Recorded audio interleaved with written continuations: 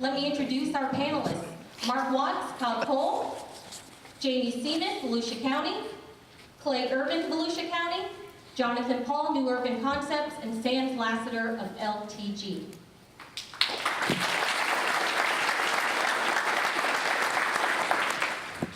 Okay, good morning. How's everybody doing this morning? All right, we're going to be talking about impact fees this morning, so I need to make sure that everybody is very much awake.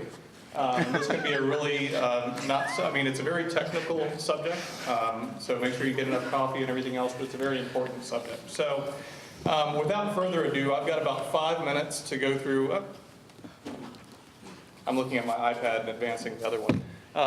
Okay, I've got about 5 minutes to go through about 100 years of constitutional law and Florida law relating to what is an impact fee. So I'm going to get started fairly quickly on this, but I think it's important as we're talking about what an impact fee is to put it in context from a legal standpoint. And so, the basis for regulations that deal with property rights are found in the Fifth Amendment to the U.S. Constitution and Article 10, Section 6 of the Florida Constitution.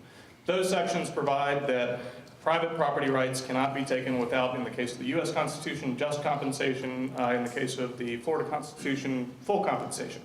So, the whole regulatory program and zoning programs that we're all familiar with and we all work under on a daily basis really are based on those sections of the respective constitutions. So I think it's important when we're talking about impact fees to recognize that's the source of our regulatory authority, and it's the limitation of the regulatory authority as well. So let me first talk about property rights. So both those sections of the Constitution, I think I'm not there yet. Both sections, the sections of both constitutions indicate that you can't impinge on property rights without compensation. So the question, I think, first there is, what's a property right? There's a line of cases that have evolved over the past 100 years, starting back in the 20s with some cases that I'm sure a lot of people are familiar with Euclid versus Ambler Realty and some of those other cases that basically recognize that property rights don't include the right to affect someone else. And so that's based in kind of the common law principles of nuisance, and you don't have a right to use your property in a manner that's inconsistent with your neighbor's right to use their property. So that's what we base all of our zoning regulations on. The other kind of line of cases that come out of that is that the regulation of how you use your property can take into account the impacts that you have on kind of society in general. And so you can be subject to regulations on how you use your property. But those regulations have limitations as well. The initial case law that came out on those regulations says if they go too far, then they can accomplish or they can account for a taking of your property right interest. That's a regulatory taking. That's kind of the case law that started to develop in the early 1920s. Well, fast forward, we have now recognized through a lot of both federal and state case law that there are rights to impose regulatory programs on how you can use your property and how it can impact the community and your neighbors as well. And in some instances, those regulatory programs require you to do things like mitigate your impacts to the community, wetland impacts, road and sewer and water system impacts. When we talk about impact fees, those are a type of exaction. It is a way of kind of standardizing how we account for the impacts of new development into the system. So there's some limitations based on the case law that the regulation can't go too far or it takes your property right interest. That's been kind of more clearly stated in much more recent case law that the regulation has to be reasonably related to a legitimate state interest, and it's got to be a proportionate. The impact on the party being regulated has to be proportionate to the impacts kind of across the board within the community. So with that context, what is an impact fee? An impact fee is used to pay for I lost my screen here. An impact fee, as I said a few minutes ago, is based on a statistical analysis that kind of creates a normalized exaction.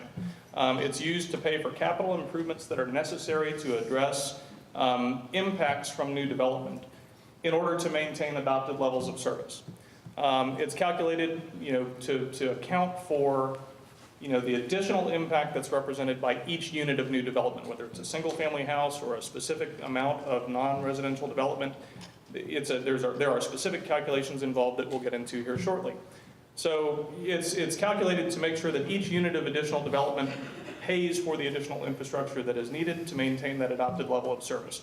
Let me touch on that last concept on both of these columns here real quick. Adopted level of service. Beginning in the mid-1980s, we had a concept in Florida. We still have it in our comprehensive plans here in Volusia County that's commonly referred to as concurrency. We have an adopted level of service for things like road capacity, sewer and water capacity, and the adopted level of service is the thing that we seek with impact fees to maintain. So as new development's coming on, as there are new impacts to the system, we impose those standardized exactions so that we can maintain that adopted level of service so that we can keep the concurrency intact with regard to the pace of development and the infrastructure to support that development. All right, so just a couple more points on the legal framework. In Florida, I mentioned before that there are, hold on, I can't get to the next slide here. There's a lot of case law relating to how you come up with a legitimate exaction. These are probably the best two to point you to with regard to impact fees. Hollywood versus Brevard County really kind of is the expression of the current test with regard to a legitimate impact fee. You've got to demonstrate a rational nexus between the need for the additional capital facilities and the growth that's occurring. In addition, you have to show a rational nexus between the expenditure of the funds collected and the benefit that's accruing to the property that's being developed. Now, all of our impact fee regulations in Florida kind of go back to the Contractors and Builders Association versus City of Dunedin case. That was the original case was 1971, 1972 in that time frame. And the City of Dunedin in that case was imposing an impact fee for the first time, the equivalent of an impact fee. And the court there said, look, if a private agency or a private utility has the authority to charge new users the cost of expanding the system to provide services to them, it's reasonable that a public agency would be able to do the same thing, as long as it meets certain tests. It has to be, again, there has to be that rational nexus that we're talking about in the case above there, and you have to sequester the funds so that they're set aside. Okay, so we express that as the dual rational nexus test. Again, you've got need, development creates the need, and the fee is proportionate to the capacity that's consumed by, by the new development. And the benefit of what the fees are being expended on go to accrue to the new development as well. So that's the test that any impact fee has to pass in order to be consistent with the principles in the case law relating to regulatory takings. All right. And then let me mention this last but not least. Most of the legal framework for impact fees is based on case law, but beginning in about 2006, I think was when this was first adopted, the legislature didn't want to be left out, so they adopted the Florida Impact Fee Act. This really, some of the principles that are in here are the same things that are in the case law. The calculation of an impact fee has to be based on the most recent localized data. It's got to account for the revenues and expenditures in a separate account.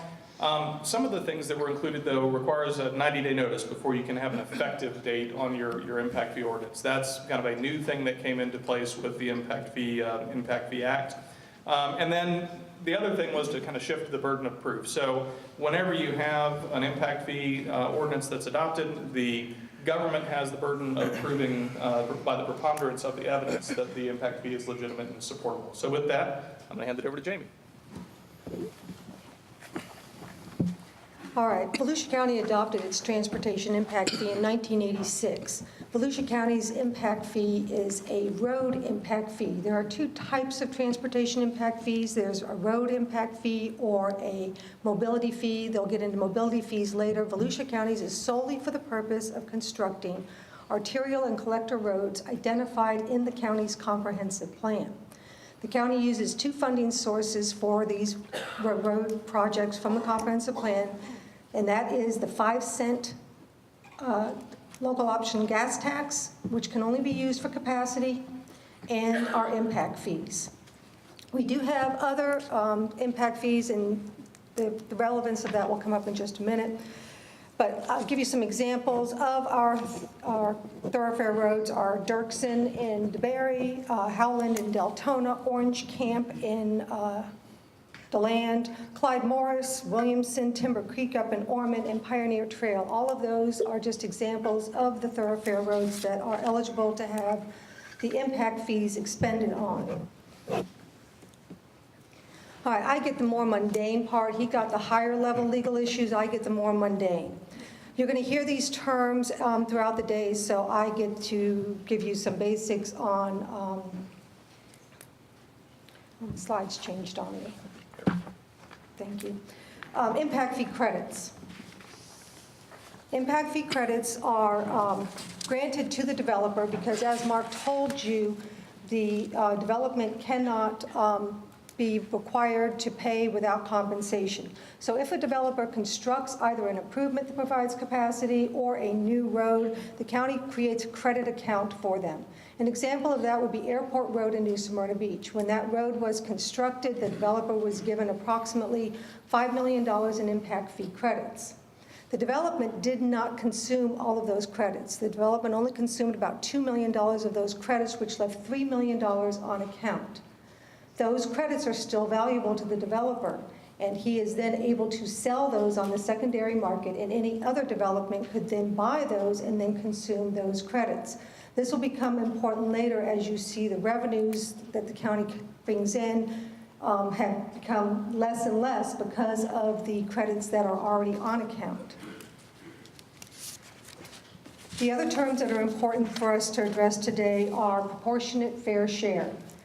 In 2006, the Florida legislature required all local governments to allow a developer to construct or pay for improvements that their development was directly impacting on the thoroughfare road system. For example, if Williamson was failing because there was not enough capacity on the road and the developer agreed to put in 2 more lanes to add capacity, they could either pay a proportionate share. That would go into the county's capital improvement program, and we would construct the road, or they could construct it for us, and they would get the credits on the account. What we ended up doing in Volusia County was we ended up pipelining projects. So you're going to hear that term. What a pipeline project is if a particular development is causing a failure within an intersection or a turn lane or, again, a widening project, we will allow the developer to construct it. We call that a pipeline project. It adds capacity to the system, but they are also still given credits for it. And unless their development consumes all of those credits, such as a warehouse that must pay $1 million, and therefore the impact fees are $1 million, then there are credits still on account, and those credits can be sold on the secondary market to other developers to then consume those credits. This, as you can understand, does affect the county's cash flow when it comes to how we can expend the impact fees. Am I on this? You're up there. Yep, there's 2 of them. Okay. The other term you're going to hear is impact fee exemptions. Any development that was constructed as of 1986, when the county's impact fee ordinance was adopted, is given an exemption from paying impact fees. An example would be the development that's occurring in Oak Ridge, where the Proto Group is building the hotel condo. There were 2 hotels that were torn down. Those hotels had a certain number of rooms, approximately 250 rooms. They're going to be building 500. They will not pay for the entire 500 rooms. They will only pay for the difference between the new additional rooms that they'll be putting in. Exemptions cannot be transferred like credits can be. They stay with the land and are only eligible for that particular development. Okay, these are our current impact fees. Mark talked earlier about there being a unit of development for single family. It's dwelling units. For commercial, we do it by square footage. And these are examples of what different types of developments would pay at the current rates. Impact fees are payable at certificate of occupancy. They are not paid when the development actually receives its construction permit, only when the certificate of occupancy is issued. That means that for these types of commercial developments that are up on the screen now, we would get a lump sum in those amounts. However, with a development such as a residential development, we only get it per home. So it would be the $2,174 per home as the development is taken down. I'm going to use Latitudes as an example right now. Their first phase is a 1,000-unit subdivision. They're taking down about 300 to 350 homes a year right now. At $1,000, if we got the money at the development permit, the county would get $2,174,000. However, at 350 homes a year, we get $760,900 a year. So you're not going to get that big chunk of money. We can program the money and issue bonds, but we do have to do a backup pledge of our gas tax because impact fees are not a steady revenue source. And last but not least, this is a screen that will show the county's thoroughfare road impact fee, which is countywide. We collect it countywide in relevance with the city's fees. Every single city charges different impact fees for fire, government services, parks, law enforcement, transportation, our thoroughfare road, school impact fees, water and sewer. So this gives you the context of which development needs to pay into all of the services that Mark referred to earlier in their proportionate share. Good morning, everyone. I'm Clay Irvin, and I am now going to be able to tell us, once we know that we're legal, what do we get to do with all the money we get? And as always, going to be a difficult situation because, as Jamie and Mark just clarified, there's these higher level regulations. And so what I'm going to be touching upon are the specifics that we have for the Volusia County Thoroughfare Road Ordinance, which is Chapter 70, Article 3 of the Code of Ordinances. Any late night reading, it's great, puts you right to sleep. And what I want to touch on here is the constraints first and foremost, and how we can implement this so that we can see improvements that are needed to address growth. The first thing I want to talk about are the three major criteria that we have to face. Jamie referenced the comprehensive plan, specifically the thoroughfare road plan that's in our transportation element. That identifies county thoroughfare roads. These are the only roads that we as a county can spend impact fees on. So that means local roads within your local cities, the interstate, we cannot utilize impact fees for those. These have to be the county roads, which basically provide access amongst the cities. So we're dealing with collectors and arterials. Secondly, and this is a very important thing, it cannot be used for maintenance. So if you see potholes, if you see that the shoulder's wearing out, that's not going to be handled by impact fees. We cannot use them for that. All we can use them for is for capacity. In other words, we have to be able to expand a 2-lane to a 4-lane, or where there's no road, we build a new road. Third, it cannot be used for existing deficiencies. And what this is referencing is something that Mark and Jamie also touched upon, is that this is for growth. If I'm coming forward at a set point where I'm putting my impact fee, if there was deficiencies prior to that impact fee being set, I can't always use those impact fees to address those deficiencies. That's something that those who are already in place have to address.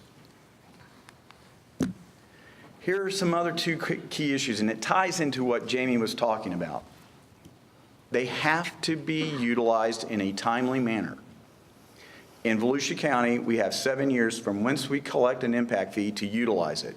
If we don't, we refund it back to those who paid it with a 5% per annum interest on it. The other thing is that it's issued at time of CO.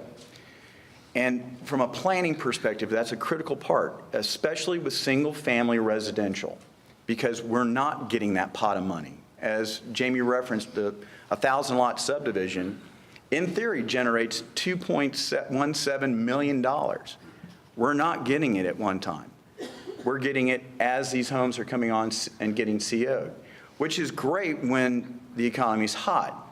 If you look at the collections that we had in 2005 and 2006 and compare it to 2008 and 2009, there's two completely different stories there as far as the revenues. The reason why we brought that all up is in Volusia County, we've realized that those who pay the fee have to receive the benefit. So therefore, if I am paying an impact fee in Ormond Beach, I cannot be funding a road that's going on in DeLand, and vice versa. So we have these 4 districts, very simple. We broke it up, the county, into quadrants: northeast, southeast, northwest, southwest. And so in that, we have to utilize those funds that are collected in that zone for that particular area. Now the fun part. In Zone 1, we've spent about $14 million. In Zone 2, we've spent about 1.3. Over in Zone 3, we've spent about 7.1. And in Zone 4, well, 350,000. Sorry, Pat. And what we're looking at here is this is based on collections that we've made over about a 12-year period, which totaled $23 million. And what you're seeing is that we realized back in 2005 that we would not be able to keep up with the road program because growth was going so fast and we were collecting these fees, we weren't getting enough money. So what did we do? We issued a $65 million bond. That $65 million bond allowed us to do a majority of the roads and the projects you see listed here on this slide. This provided us a chance to get ahead of growth and utilize the impact fees to repay the bond. Jamie referenced that the primary source of repayment is the local option gas tax because it's a reliable source. What we made a policy decision is that if we had enough impact fees, we would utilize the impact fees and not touch the local option gas tax. All of that was great in 2005 and 2006. Along came 2008, and now all of a sudden we're seeing the local option gas tax taking on more and more of the repayment of the debt. So what are we facing now today? And what you're seeing is that between local option gas tax and impact fees, we got around $9 million this year. The bond debt's going to take about $4.5 million of it. So it's basically looking at a situation where a large portion of the impact fees and a portion of the local option gas tax is there. This is not all doom and gloom. And the reason why I want to point that out is that the bond will be repaid and paid off in 2021. 24, excuse me. And then we will also be facing a situation that many of these credits that Jamie referenced will be utilized. We've been facing a lot of growth here in Volusia County, and folks don't seem to realize that there's a lot of this growth was basically projects that were approved in 2006 that never got built, but were still vested. So we're seeing them coming online. So they're going to start using up some of these credits. So therefore, we're going to see the credit pool dropping down and then more revenue being able to be diverted from paying back that bond to the actual construction of roads in the area. Okay? And Jamie wanted to make sure that I made everybody understand. We got to talk about relative numbers. $4,825,000 is a lot of money to me. To a road, it's not that much because the cost to build just a 2 to 4 lane is about $6 million. So with the $4 million we have, that leaves us about a 0.8 mile road that we could construct, assuming it's all in one zone. So again, I don't want everybody to walk away with a doom and gloom situation, but it is a situation where we are still in recovery mode from the impacts of what happened with the recession. The good thing is that the bond out there allows us to get ahead of the schedule so that some of these roads would be improved prior to the impacts causing them to fail. And then after 2024, we're going to be starting to see a little bit better revenue source. That being said, I'll be answering any questions. Anything on this particular piece? Have they ever refunded fees? No, No. no. We spend them as fast as we can get them. Okay, just what the question was, has Volusia County ever refunded an impact fee? And the answer is no, because it hits our table and it's gone.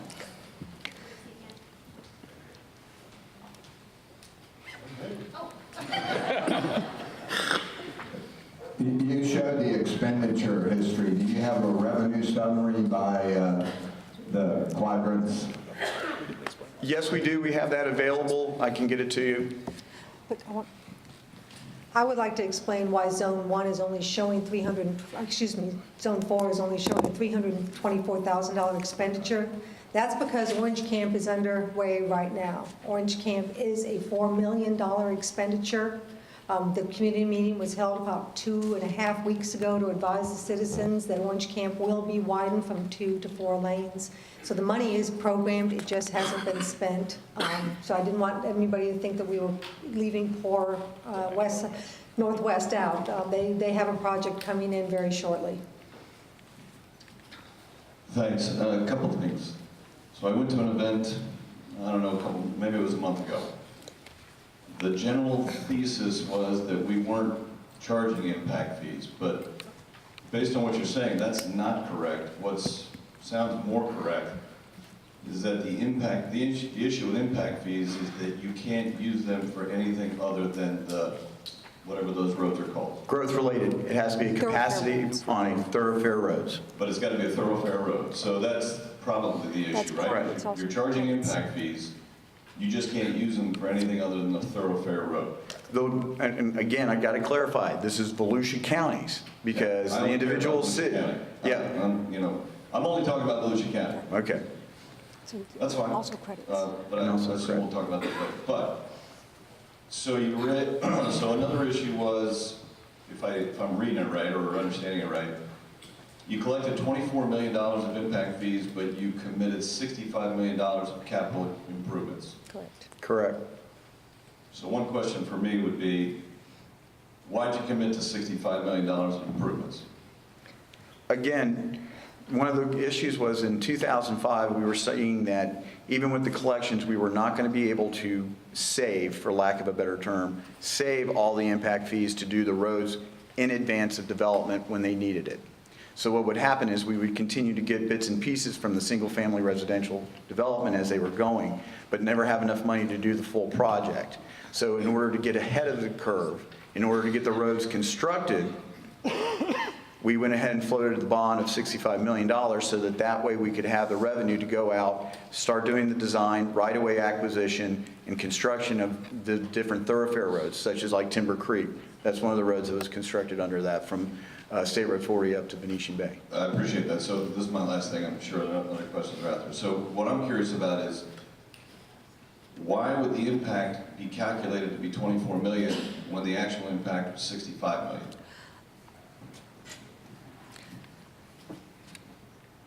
The impact fees collected were based on the rates Right. that were in the ordinance. The last time the ordinance was updated, the rate it was updated was 2003. It was indexed through 2007, so it increased every year from 2003 to 2007. Right after that, the recession hit, and so the rates did not go up in 2000. After 2007, there was an impact fee study done at that time, but the council, because of the recession, did not increase the rate. Had impact fees continued at the projection when the bond issue was issued in 2004, we would not be here. So that's the second issue. Right. First issue is where you can spend impact fees. Second issue is somebody stopped increasing the impact fee rate. That would be a correct statement. The other aspect is there was 3 years where impact fees were waived, or not waived, excuse me. Were Suspended. Suspended. Yep. You cannot We didn't collect waive, you anything. cannot waive an impact fee. Yeah. So the impact fees were suspended, and then they were slowly phased in over 3 years.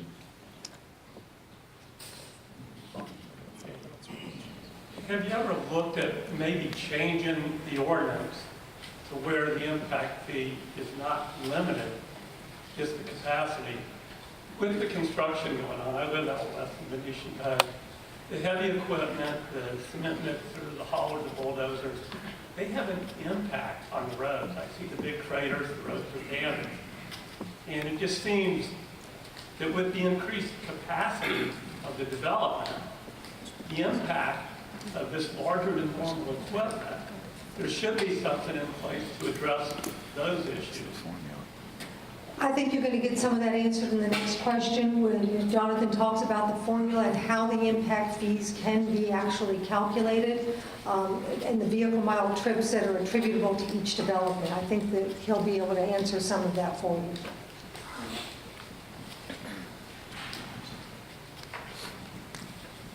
you. Can you spend it anywhere in the zone?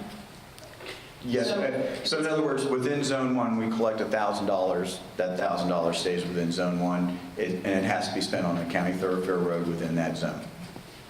Okay, so not necessarily in front of the new development. Not necessarily, no, it does not have to have that geographic limitation.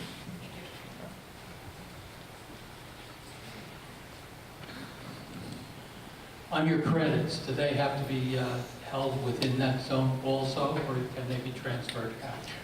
Initially, up until this past year, we were limiting zone credits within that zone. However, with the understanding that Zone 1 and 2, which is the east side, and Zone 3 and 4, which is on the west side, there was a lot of interconnectivity. We've allowed for credits to be transferred amongst Zone 1 and 2 and Zones 3 and 4.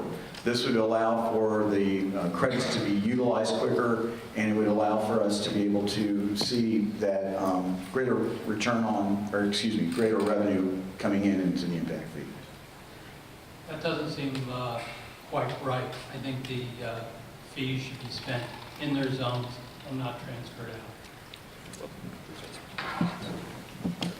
Just to follow on that point, the issue here is that it's a credit. So for every credit that's out there, you're keeping dollars from coming into the program for other new projects. So you want the credits to be consumed as quickly as possible so that they're off the books and you can then get cash revenue in from the new development moving forward. So that's why the transferability was expanded so that they could be retired faster so that you can get back to a point where you're taking dollars in.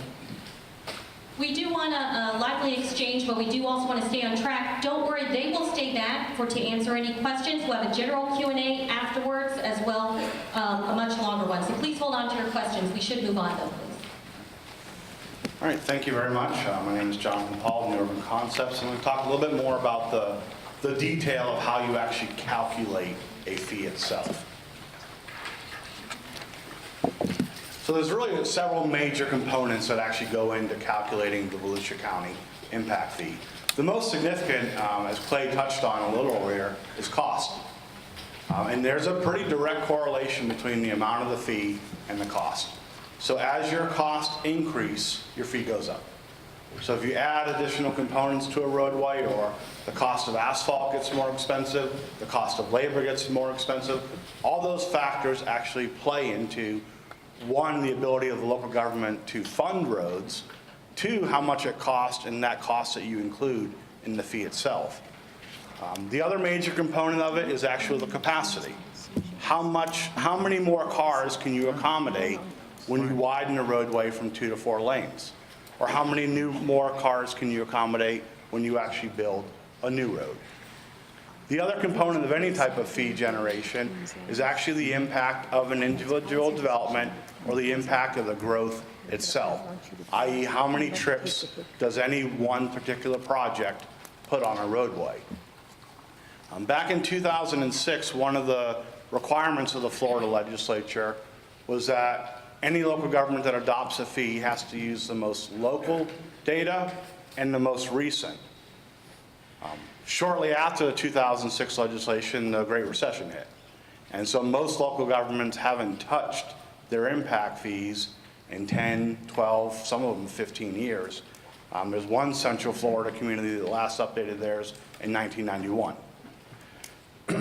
As we're getting out of the economy, and as the economy starts growing across the state, there's more and more of a challenge from both the development community and from residents that local governments need to comply with statute, and they need to start updating their fees, which I think is something that Volusia County's going through right now, and it's something that I'm working on communities all across the state. But the intent of the legislature is you've got to reflect what's actually going on out there today. And so the black box of any impact fee or mobility fee or even the traffic impact analysis is a methodology that you actually use to calculate the fee itself. And there are really 3 major components. It's how much does it cost to build a road? How many roads or how many trips can that new road handle? Is there any funding available to help offset that cost? And then the actual impact of the individual use. And so the major components of any individual development are the trip generation. That's how many trips any one project puts on a roadway. What's known as pass-by, which doesn't typically apply to residential, but it does apply to commercial. So say you're at your home in the morning and you stop at a gas station on the way to work, and then you go on to your office, that trip to the gas station is a pass-by trip. You're already going somewhere else. So that's actually factored into the calculation. The other big component is the actual trip length. How far does any one development go from point A to point B? And what's starting to happen more and more, Volusia County is more of a suburban in nature compared to some other parts of Florida, but your cities actually tend to have lower trip generation rates and trip lengths. So what's happening, a lot of local governments are actually looking at cities a little differently than the counties as a whole. Based on data that's available both nationally and in Florida, development within urban areas, the trip length from point A to point B is about 30% less than a suburban trip. And then when you get out to the more rural area, the difference is actually even more stark. It's about half. So somebody living out, past 95 that drives in each day into Daytona or New Smyrna, they're driving 6, 7, 8 miles in. Somebody that has a condo on the beach that goes to Publix and the grocery store is driving a mile. So increasingly, more and more fees are looking at what is the impact of the trip length itself. The impact, and the net impact to that is development and more suburban development should actually pay more because they're generating a much greater impact. And that's something that's going on throughout communities, but it has a real effect in terms of the dollar amount. So really, from any individual standpoint, whatever trip length you use is probably the biggest factor as it associates to any individual land use. And one other thing that the fees do really quickly, they don't double charge, so they discount. So if you're making a trip from your home to your office and back from your office to your house, a standard trip generation would say there's actually 4 trips because there's a trip associated with the house and then going back and forth. The reality is there's only 2 trips. Your home to your office to your home. And so any of these fee calculations actually reduce the overall trip impact by half to only account for one part of the trip. So the office pays for their share of the trip, the residential pays for their share, and if you happen to be a commercial use in between, if you divert a half mile off the roadway to go there, that half mile is accounted for, but in essence, that's not a new trip going to that. So the other major component is the cost of the road. Clay mentioned $6 million a mile. That's pretty standard now in Florida. Some of them are even getting up to $7 and $8 million a mile when you get down into South Florida. Then you also have the capacity. There's only so many cars a road can handle. So if you go from 2-lane to 4-lane on a daily basis, you add about 20,000 cars of capacity. Well, to get that 20,000 cars of capacity, you're adding 2 additional lanes of travel, so you're paying anywhere from $12 to $15 million to get that. And as our road costs go up, your fee is likely going to go up. The final component is credit. Statute requires, and both case law requires, anytime that you pay some other fee, a gas tax, a sales tax, is any other revenue available to pay for capacity, you have to offset that fee calculation. The problem is, what's occurring is there aren't many available revenue sources anymore. And we'll get into it a little bit later, but gas tax overall is declining. Jamie and Clay both mentioned, development as it occurs, impact fee is somewhat sporadic. It's not going to occur all at once. You don't get a big chunk of change. Case law requires that you charge at the certificate of occupancy, or when somebody actually occupies a home, occupies a business, that's when the impact occurs. So this has a major component. So what we're seeing throughout the state, you see it in Volusia County now, is there aren't a whole lot of other revenue sources available. The federal government isn't funding much anymore. Gas taxes are declining. And what a lot of local governments in Florida are turning to are sales tax. And we'll highlight that a little bit later in terms of the relationship between the two. And so finally, of any type of study, any private development has the option to do a special study to say, the factors you use to calculate my impact or my fee, I don't agree with them. And so they have a right to go in there and justify it. Now, it used to be that the developer had to prove their case. In 2009, the Florida legislature made it the local government has to prove its case. So if you're a developer and you want to go in and say, I don't agree with my fee, there's an appeals process. You can submit a letter to Jamie, to Clay, and say, I don't agree with this, here's why. And then it's up to them to demonstrate why. And just to bring this home, I do consultant work for Sarasota County. I help, essentially I'd be helping Clay in that respect. So we had a Wawa coming in. And so they hired a traffic engineer. They looked at all the numbers I prepared as part of their mobility fee. He couldn't say the numbers were wrong. He couldn't justify it.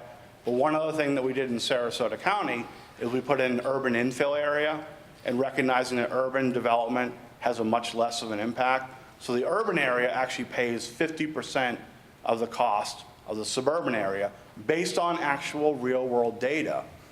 And so the applicant for Wawa challenged us on, the urban service area was a line down the street. So one side of the roadway you paid double, the other side you didn't. Back in 2014, when that was developed, the area really wasn't built up yet. A lot hadn't occurred. Fast forward 4 years later, Sarasota County's booming. A lot of stuff's actually grown around it. So they actually made a case we're urban as well. And so they gave us census data, they gave us land use data, they gave us a whole bunch of data to justify it, and we actually agree with them that yes, it was an actual urban area. So any private development has the option to do a special study. The other thing that was mentioned earlier is setting up any impact fee to index it to whether either an inflation factor or more recently in Sands, and I just finished this in Palm Coast, construction cost index. So each year, local government actually increases the fee by however much it costs to build roadways. And that really kind of helps you to get up to what the last point is. Some of these local governments have gone 7, 8, 10 years from their last update. Well, if you're indexing it, you're kind of keeping up with that number. So it's not such a huge shock when you go to do it. As more development starts occurring, local governments are going to have to adopt these more frequently. And so indexing is really a way to help address increases in costs and sticker shock. And that concludes this portion.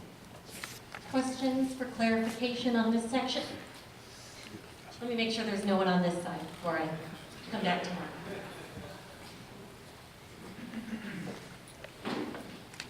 All right, sorry, I might backtrack a little bit too, but that was interesting because I think indexing, the fact that it wasn't indexing before, it makes no sense at all. So I don't know, so I'm curious, by the way, this is part of where I was going with questions. One, who can designate a thoroughfare? Is it the county commission, city commission? It's the county council. Okay, so immediately the county commission could vote that LPGA Boulevard is a thoroughfare, right? It is. It is already. Okay, so then Minto's impact fees should impact LPGA Boulevard, right? Yes. Yes. Okay, so there's a misconception that their impact fees aren't helping the issue of LPGA Boulevard. Now, there may be an issue that what they're being charged and what you're doing to that road don't reconcile, right? Well, yes, there's a concern that's out there in the public that the development is not benefiting the LPGA area, but we have allocated that towards improvements that alleviate some of the pressure, specifically with the Timber Creek Road extension up to north, to State Road 40, is an alternative that's still within the geographic boundary of that traffic zone, or impact fee zone, and still provides a benefit in regards to the overall network. Got it. So the county commission's in charge of designating thoroughfares, setting the impact fee rate, and that it increases, introducing the concept of indexing, otherwise known as kind of, let's just call it a cost of living increase, right? We already index. It's in the ordinance that allows for indexing. By the way, who does the road work? Is it county, is it internal cost to the county, or is it an external service provider? We contract. Yeah. We contract out for all construction. We do not have a construction crew. Our traffic engineering and our engineering construction departments go through, put out the bids, put out the specs, and bid. How long are the contracts with the road provider? Per road. It's per road. I guess another thing you could do is to the third-party road provider, is you could kind of stick them with some sort of cost limitation, right? Obviously, I mean, we're going to be basically competitively bidding and in accordance with the requirements we have to follow from Florida statutes. Any other questions for clarification on this piece? Okay. What's the cap on the indexing? Is there a percentage cap? No, it's basically.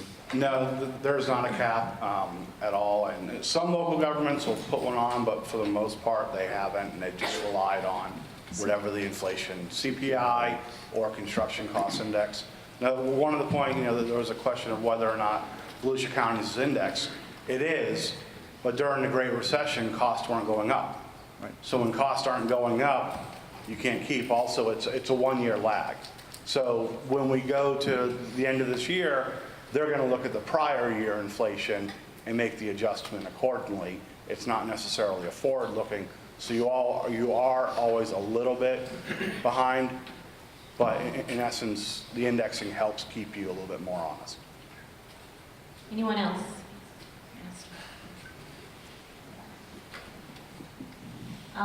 The requirement to take into consideration alternative funding sources, the credit, is that statutory or is that case law? Where does that come from?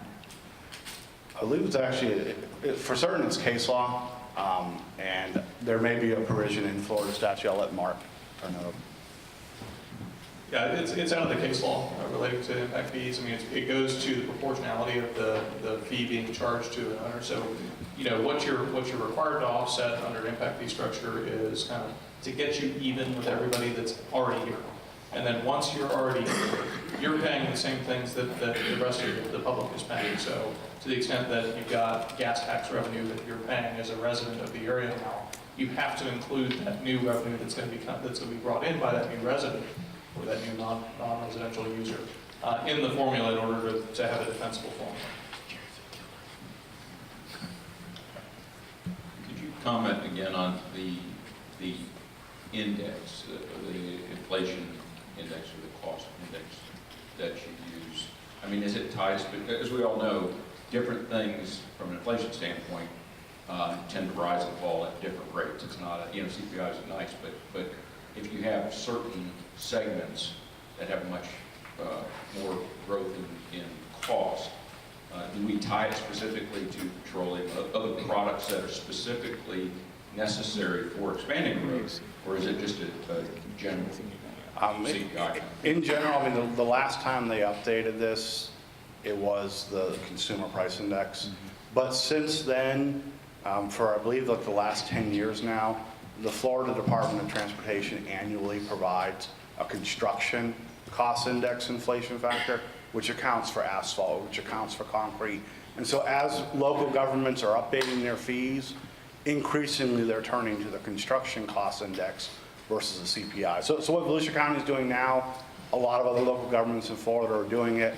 As they update, they're going to something that more accurately reflects the cost of roads.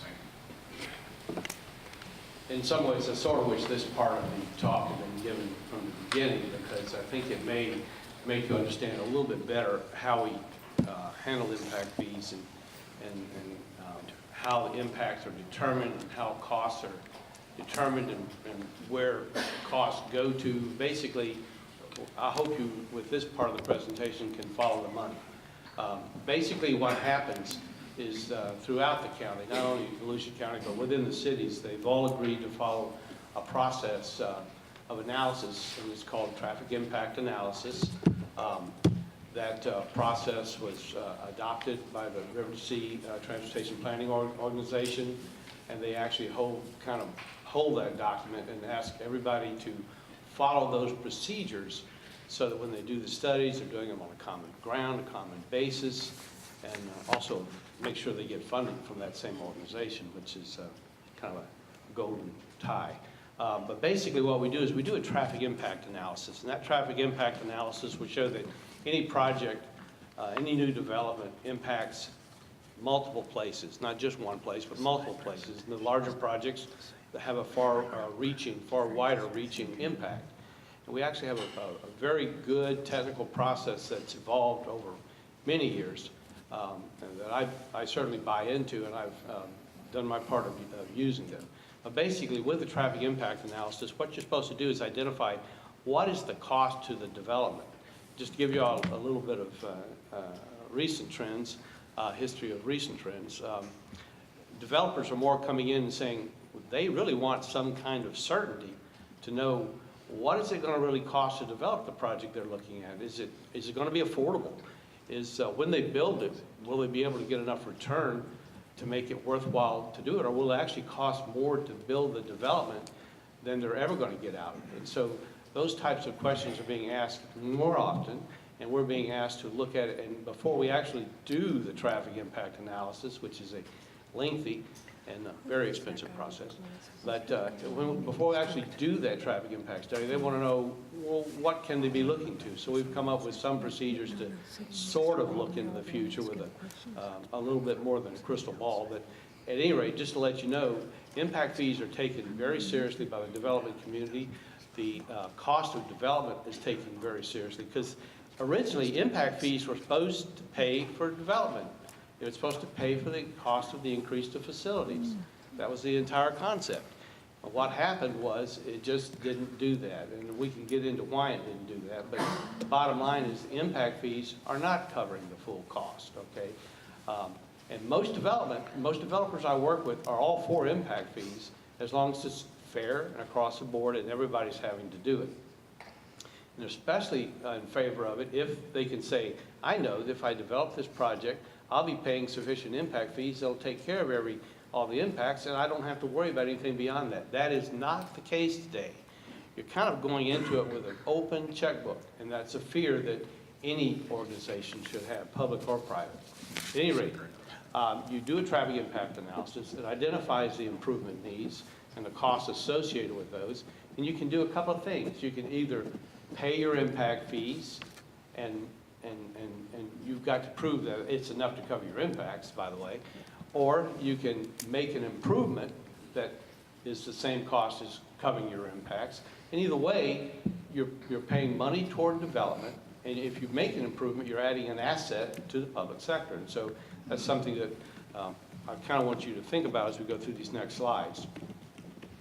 I'm going to take you through Traffic Engineering 101.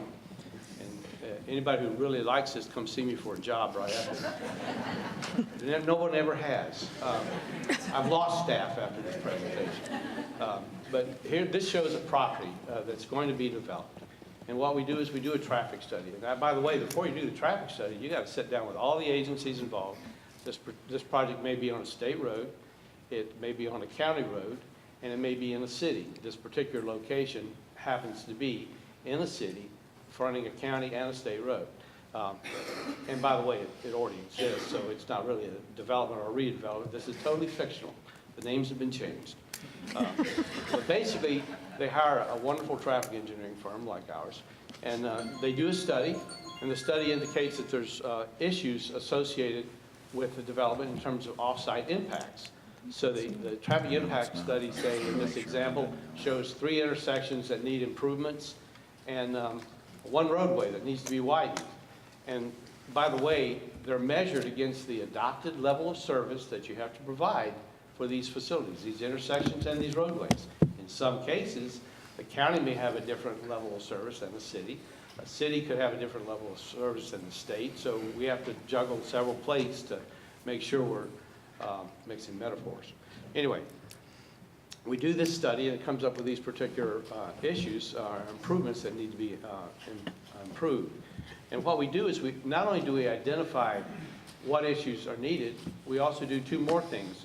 We identify the cost of those improvements, and then we identify how much that development actually impacts the need for that specific improvement. So there's 2 items: how much it costs and what the share, we call it proportionate share, what the proportionate share is due from that development. Well, that ends up identifying a dollar amount. Now what do you do with it? Well, what you do is, as you identify each of those improvements, it goes to building a fund, okay? We call it a lot of things, but it's really the proportionate accumulation of the proportionate share dollars that go to build up this fund and this bag of money continues to grow. And then what you do, the question is, well, what do you do with that bag of money? Well, then you take that bag of money and you can pay it to the county, and the county uses it wherever they want to within that zone. Or an alternative that was provided by recent legislation, not so recent, these guys can tell you when, but allows you to offer up spending that money, preferably in the vicinity of your impacts, which only makes sense, spending that money that you're having to spend to offset your impacts, spending it on something in the area. Well, as you recall from the prior slide, you didn't impact anything necessarily 100%. Small percentage here, larger percentage here, whatever the percentage was, it varied. So you're not generating enough funds to improve percentages of all those projects, because they have to be, to make the improvement, you got to do the improvement in total. So what you can do is a process called pipelining, and that is target the funds that you have basically identified that are due to your impacts, target those specific funds back for paying for something. Going forward, paying for something. So you can take all that money and spend it on a particular improvement if it covers 100% of the cost of that improvement. From a developer's perspective, I'm going to give you two different examples. The example on the left shows where they did a calculation of their development, and it costs $1.2 million in impact fees. It really raises that. I call this the income side. They create an impact fees of $1.2 million. And let's say we did the analysis of where their impacts were, and their analysis of the impact showed their proportionate share of the improvements for those locations that they impacted was $1 million.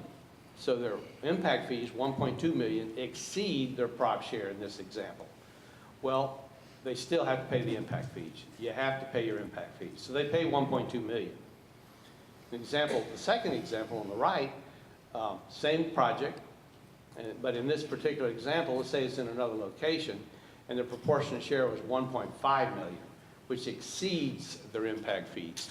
Well, in this case, they have to still pay the higher of the two numbers. They pay $1.5 million. The difference is they don't have to pay $1.5 million plus $1.2 million. The $1.2 million goes towards the $1.5 million. So in their opinion, they have to pay the impact fees plus $300,000. Okay, the developer always pays the greater of the two amounts. Okay, and they're always based on their impacts. And if their impact fees are a lot higher than the offsite impacts, well, the county gets the money anyway. So I just want you to know that. Also, there's the county perspective. They look at impact fee, that bag of money. They don't necessarily like that bag of money. And I say don't necessarily like, that's not the right term. No, what the county is into doing is building roads to offset the impacts of new development. And it's a great thing when a developer builds a road, because it's adding a facility to the county's, basically to the county's side of the table. So it's a good thing. But the county's also looking to get impact fees in for future expenditures. So in their point of view, example number one, impact fees were 1.2. The proportionate share where the developer has decided to spend his money is about $1.1 million in cost. So their impact fee revenue to them into their impact fee kitty, and you can really look at this as just different sides of a balance sheet. That particular fund where those impact fee goes to is only getting $200,000. But again, that's for other roads. They've improved one of the county thoroughfare roads, but still the county has other things, other places they want to spend money on as well. So they're getting $200,000, not $1.2 million, to go into their funds for other expenditures. The second example on the right, again, same impact fees in a little different area. So the proportionate share was 1.5. The developer has to pay the 1.5, the higher the two numbers. So the county gets, in addition to that, no impact fees, because the 1.5 million exceeded the developer's 1.2 million in impact fees. Now, again, the project is constructed, is actually an asset on the county's books, but the revenues for impact fees are decreased. Just want to make that clear. And with that, I would just ask if there are any questions, comments? Ms. Ann, I can talk about that. But the $200,000 in your example, does that just go anywhere? Into the zone. Absolutely, just like anywhere within that district. Zone. Zone. Zone. Excuse me. There. Sands, could you, or someone talk a little bit more about that adopted or adapted level of service? I guess my question is it the same as whatever it is at that point in time? Let's say you have a road that's I don't know if they still do the A, B, C, D, but let's say it's performing at a D. Does that mean that the adapted level is a D as well, and so the developer pays in to just maintain the D, or do they do an adapted that could be higher than what it currently is, and also you're paying a premium? Let me talk about that for a second. Levels of service, they're like grades you get in school, A through F. E represents the capacity of the road. A is like 45% of the capacity of the road. F means it's over capacity. If you can imagine building a 5-bedroom house and you're required to keep 1 bedroom open all the time, unused all the time. So you basically you're allowed to use 80% of your bedrooms. That's kind of like level service D, okay, just to let you know. So, and the idea is that you use that bedroom at Christmas, okay, or some other event. So you only use it then. So you're not generating traffic from that bedroom except for once or twice in a year. Basically, when you adopt a capacity that requires you to keep a percentage of the road open all the time, you're basically saying, we're not going to use the full value of the road. The county has, to the extent it could, developed a level of service E, using full capacity of the road, to keep down the cost to the public, because I want you to understand, impact fees are paid by the public. The developer has to pay them initially. They are paid back in the cost of developing the project. So that's not something that you think that it's just coming from the development community. It's coming from each of us who buys a home. So I want you to be aware of that. But yes, the alphabet soup of grades does apply. A roadway that's graded at level service C is kept 30% empty. That's the concept. That's from my perspective as a traffic engineer when I look at the road, what it means to have that much capacity left over.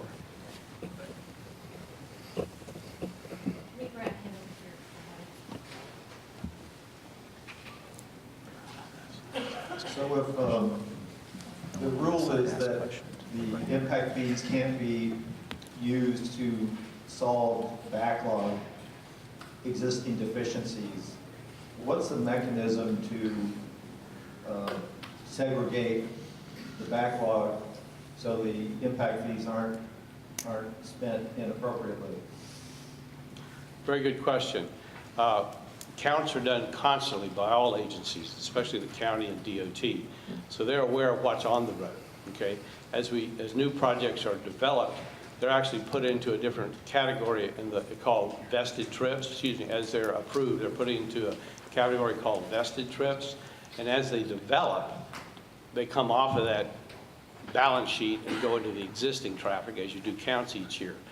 So it's very clear what the existing needs are, and when a development comes in, we add its impacts to the existing traffic on the road, so we can very clearly show not only what the particular development is causing, what other vested trips are causing that have not been developed yet, or what other projected other background growth might be over and above what the existing traffic is. So that's very clear and required to be followed very closely. Hi, Stan. I am a little confused by an argument I've now heard from several people that, remember, we have to keep control on impact fees because, it's not the developers paying it, it's the consumer of the house or the building. Here's my problem with that. It seems to me that everything we buy has the cost of production or manufacture built into the price. So I don't understand why buying a house or a property would be any different than everything else we purchase. It's not. When you pay whatever your closing cost is on the house, believe me, it will include the cost of the impact fees because the developer. That's true of everything we buy, from clothes to cars. Yeah. I don't disagree with you at all. You're absolutely correct. Sands, this is a yes or no for all of you guys. I'm just going to make a statement, and I just Making want to know it if it's easy. right or it's wrong. Thank you. So, Rob Merrill, Cotton. Thank you, Mark. Great job. Let me make a statement first for everybody, because Mark is being, I think, humble. Mark's dad handled the Supreme Court case that established impact fees in the state of Florida, Alan Watts. So my mentor, Alan's, is Mark's dad. So thank you, Mark, for bringing some of the genetics into this too. DNA. So I've heard a lot from people who are troubled by impact fees not paying for the fair share of development. So a footnote until we got to Sands was mentioned about concurrency and prop share, proportionate fair share. So the fairness thing is being questioned by a lot of people. Maybe a lot of people in this room still. Your presentation, Sands, was an analysis of how you get to what a development is charged for their share of the impact of the roadway. And if you believe Sands' analysis, that number, you had two columns, one covered impact fees and one didn't. It doesn't matter. The impact fees is a whole different study. This is a study based on the actual impact of a project. Sands gets to a number that's dollar. John Cheney, I've been negotiating what that number ends up at. And it ends up being something that is truly the exact amount that's owed by a developer for their project. Yes. It's being paid, period, end of story, regardless of what impact fees are. People have to understand that it is actually being paid. And your question is? Can I, hey, Sands? On all these projects. Hey, Rob, what's your question? Yes. That's my statement. Does anybody disagree with that on the panel? Hand it to me. There's a bunch of attorneys. That's who- me. dueling That's me. attorneys. All right. I don't disagree that that number is calculated and that's the amount that they pay. The issue becomes that a project was constructed in an area that may not necessarily be the project the county has determined is most important in that zone. And let me finish. We also don't get the revenue stream to put to that project that the county has determined is the most important in that zone. But we're obligated to allow this to occur by state law. And because of, no, it really isn't, Rob. It all comes together, and even your partner here is agreeing with me on this.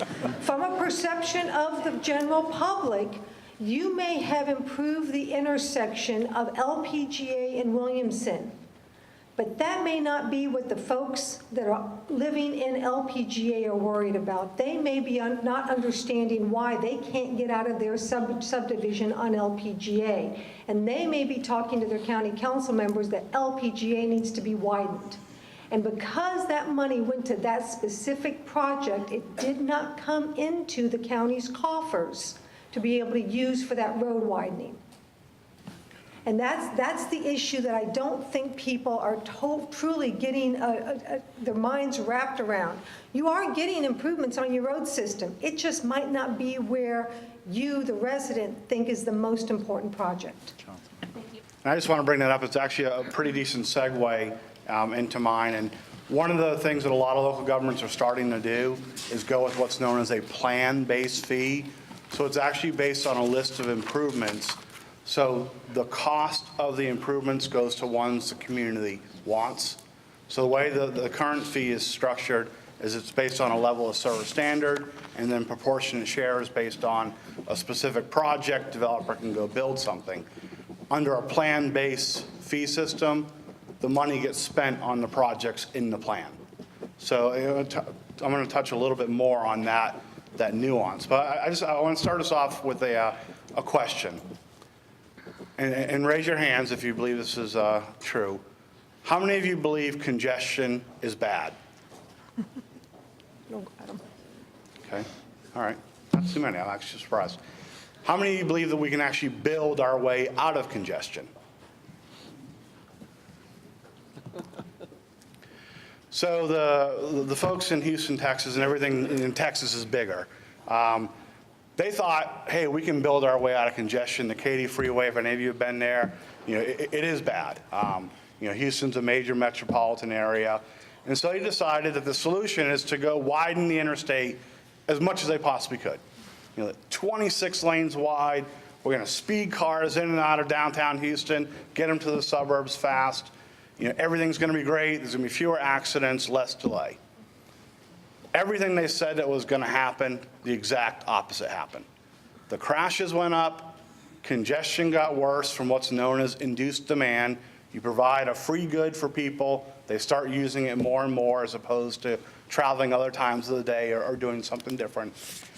And when you have a nightmare like this, your crashes go way up. And every time you have a crash, which is pretty much a daily occurrence, any of you drive through, Interstate 4, through Orlando area, all that great work they're doing, until 2024, the next ultimate project, there's a crash a day, and the crash a day delays capacity. So what a lot of communities back in the mid-90s started recognizing, especially cities and then some of the communities in South Florida, they started asking the legislature, we're a built-out urban area. We can't widen roads anymore. If we widen the road, we're taking a business. We're taking a mom and pop, retail use, we're taking out somebody's bed and breakfast, we're taking out somebody's home. We have to find something else to get people around other than widening roads in our urban areas.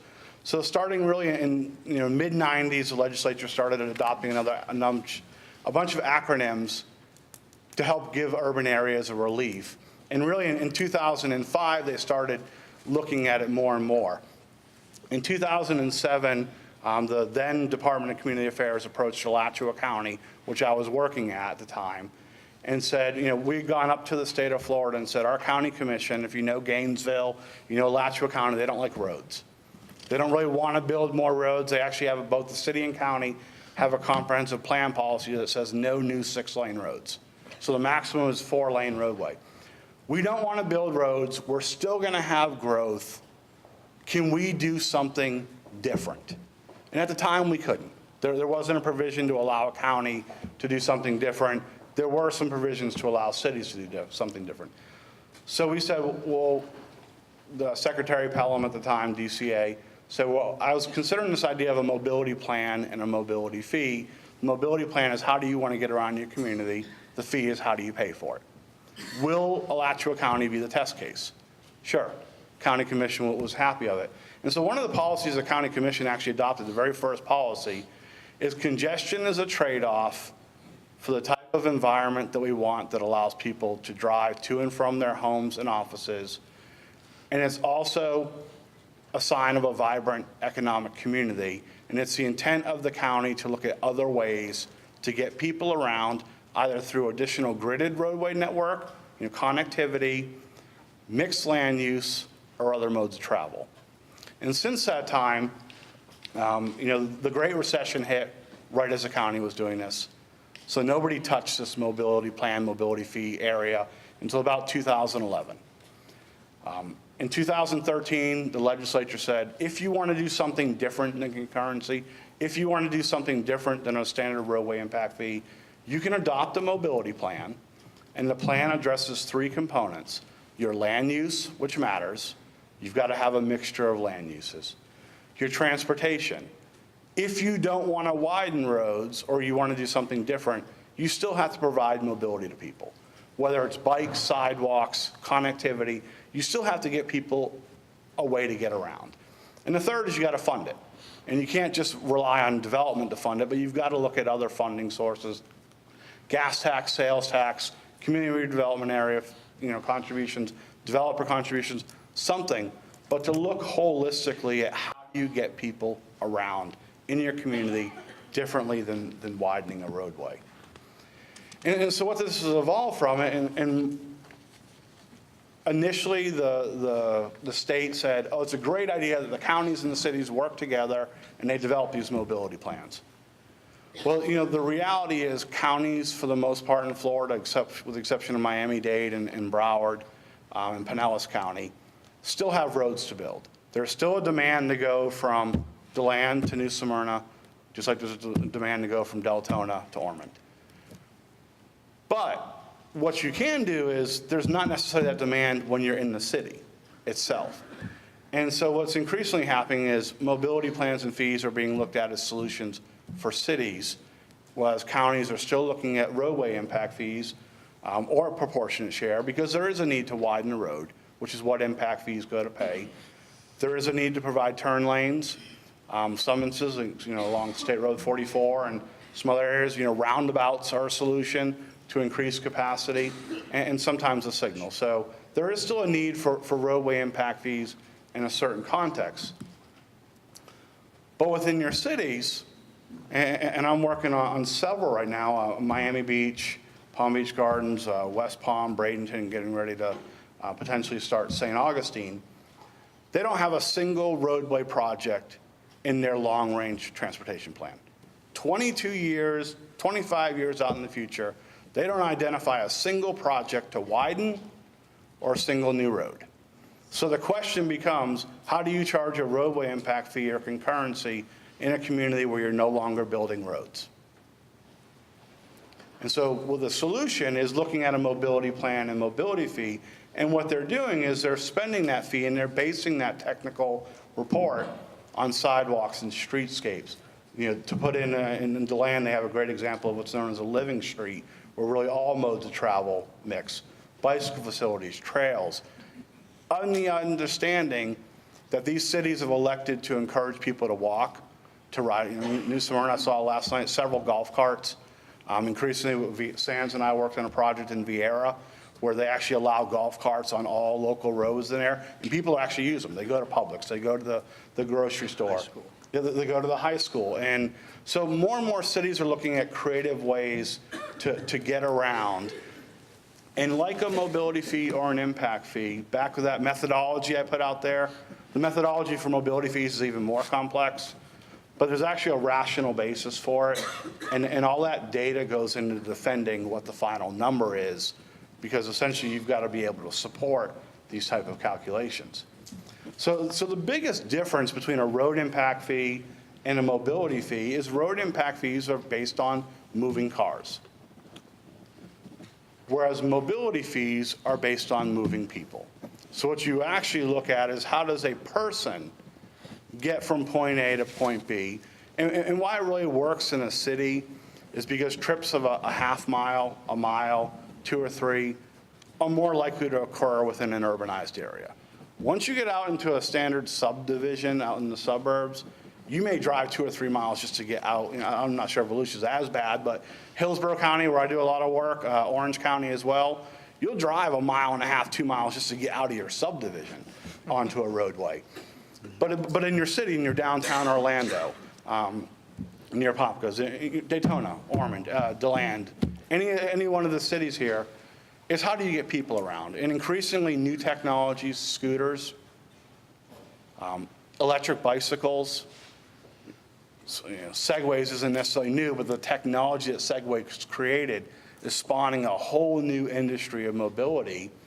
And so what folks are looking at is, how do I fund putting in a protected bike lane or a trail to allow somebody to ride a golf cart, to allow somebody to ride a scooter, a bike, to get from point A to point B versus widening a road. And so really that's what an opportunity that a mobility plan and a mobility fee provides in a community. And two of the other big items are what's known as a complete street. In Gainesville, I don't know if any of you have ever heard of an autonomous transit vehicle, but basically in the University of Florida now, starting in August, from downtown to the UF campus, and undergrad, I went to Florida State, grad school, I'm a Gator, so I'm a conflicted house amongst myself. But they're actually going to run a vehicle with no driver going from downtown Gainesville to the University of Florida. It's called an autonomous transit vehicle. So what communities are looking at, I'm working with West Palm right now in Palm Beach Gardens, to actually build a dedicated lane from existing roadway lanes that can be used just for these vehicles, just for bicycles, just for other modes of travel. So that's a component of complete streets. Mobility fees fund all modes of travel. Principally, they can fund bike lanes, sidewalks, trails. They can also fund roadways, but mostly it's multimodal. The other thing a lot of cities are looking at is what's known as a road diet, or reimagining a roadway. I'll say in particular, I pointed out an example in DeLand. DeLand has some incredibly wide rights-of-way. And, right away is the asphalt for basically moving cars. So a lot of folks saying, what can we do with that asphalt? And they're looking at using mobility fees to actually add in parking to help slow down the cars, but then widen sidewalks and add in protected bike lanes to make it safer for people to get around. And that's really a big difference between a road impact fee and a mobility fee, is funding complete streets and funding, relooking at how you get people around in your community. So what locations are best suited? And we kind of touched on a little bit, but mixed-use developments and transit-oriented developments. You don't really have a lot of transit-oriented development here except for the city of DeBary, which I'm actually working on a mobility plan and a mobility fee for the city around the Sunrail station. But I do a lot of these. I've done Maitland, I've done Altamont, I've done Osceola County.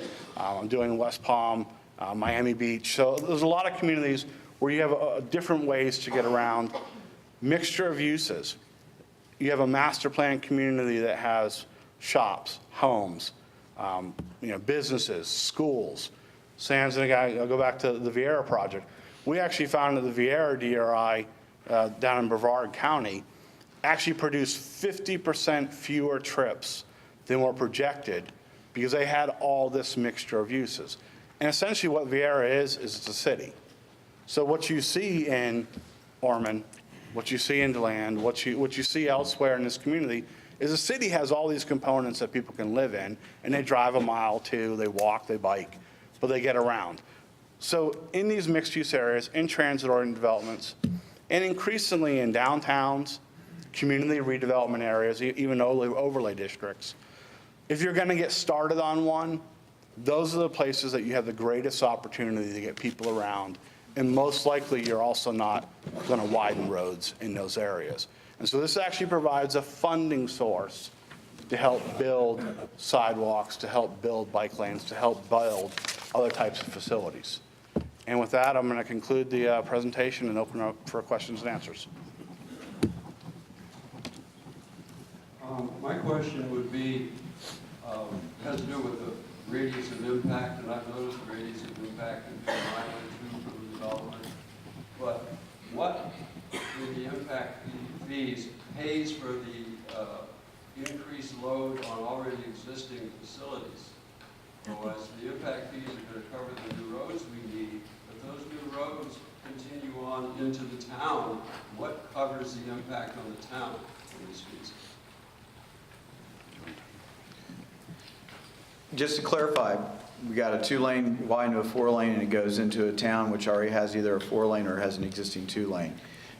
We cannot use county thoroughfare impact fees on existing roads. So therefore, anything that's tied to that would have to be utilizing local option gas tax on the existing needs. Yeah. Yes. We can use it on existing roads. Right.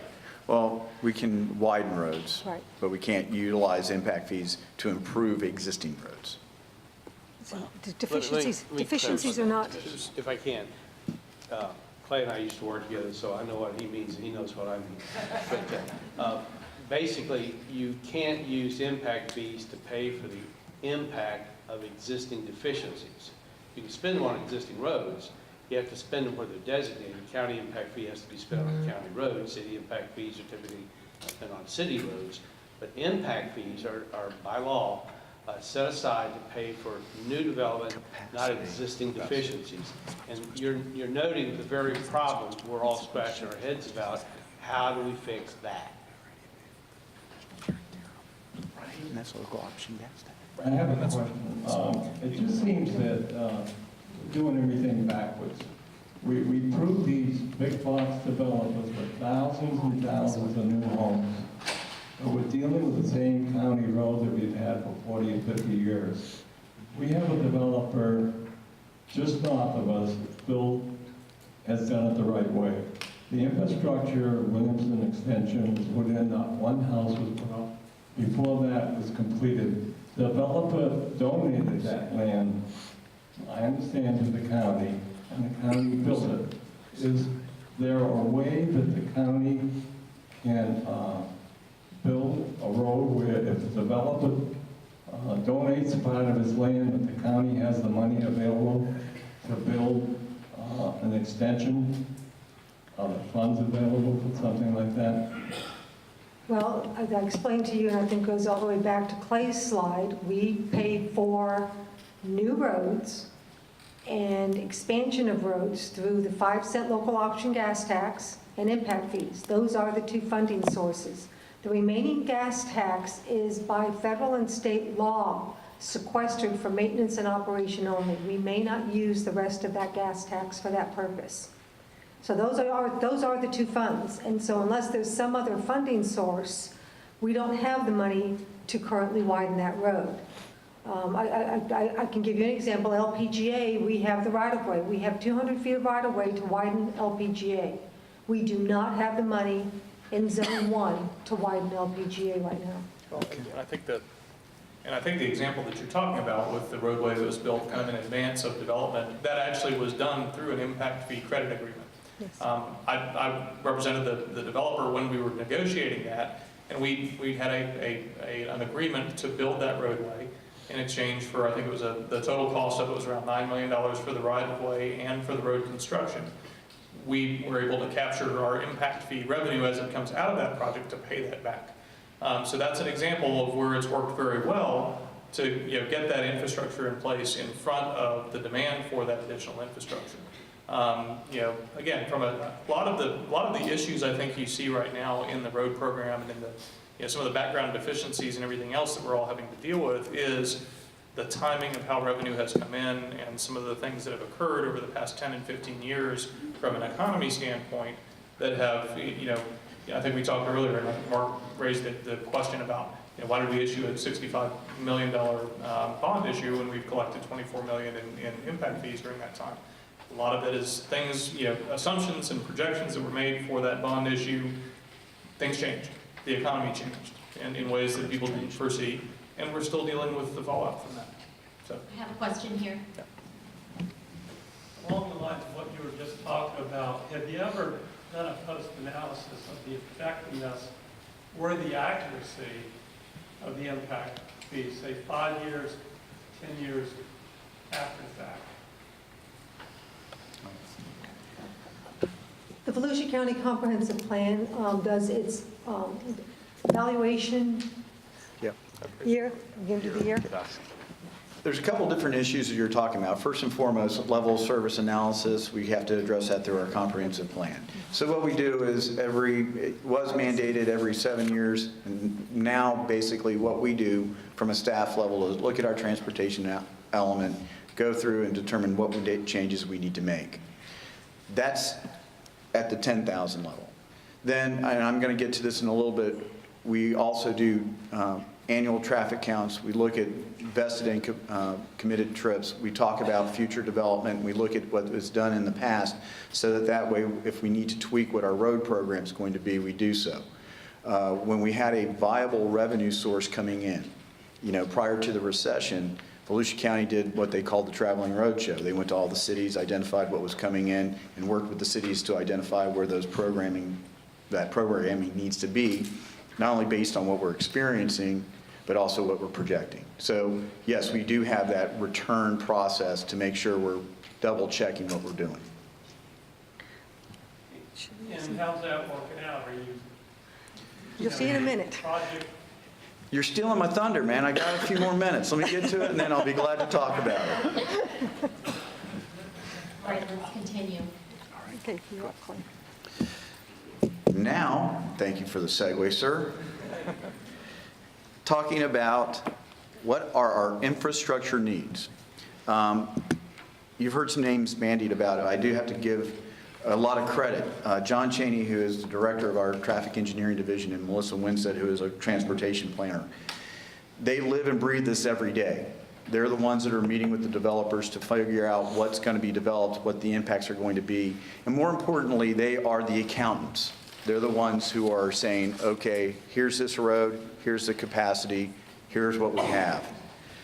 So one of the maps that they show, and this is it right here, this is our congestion map.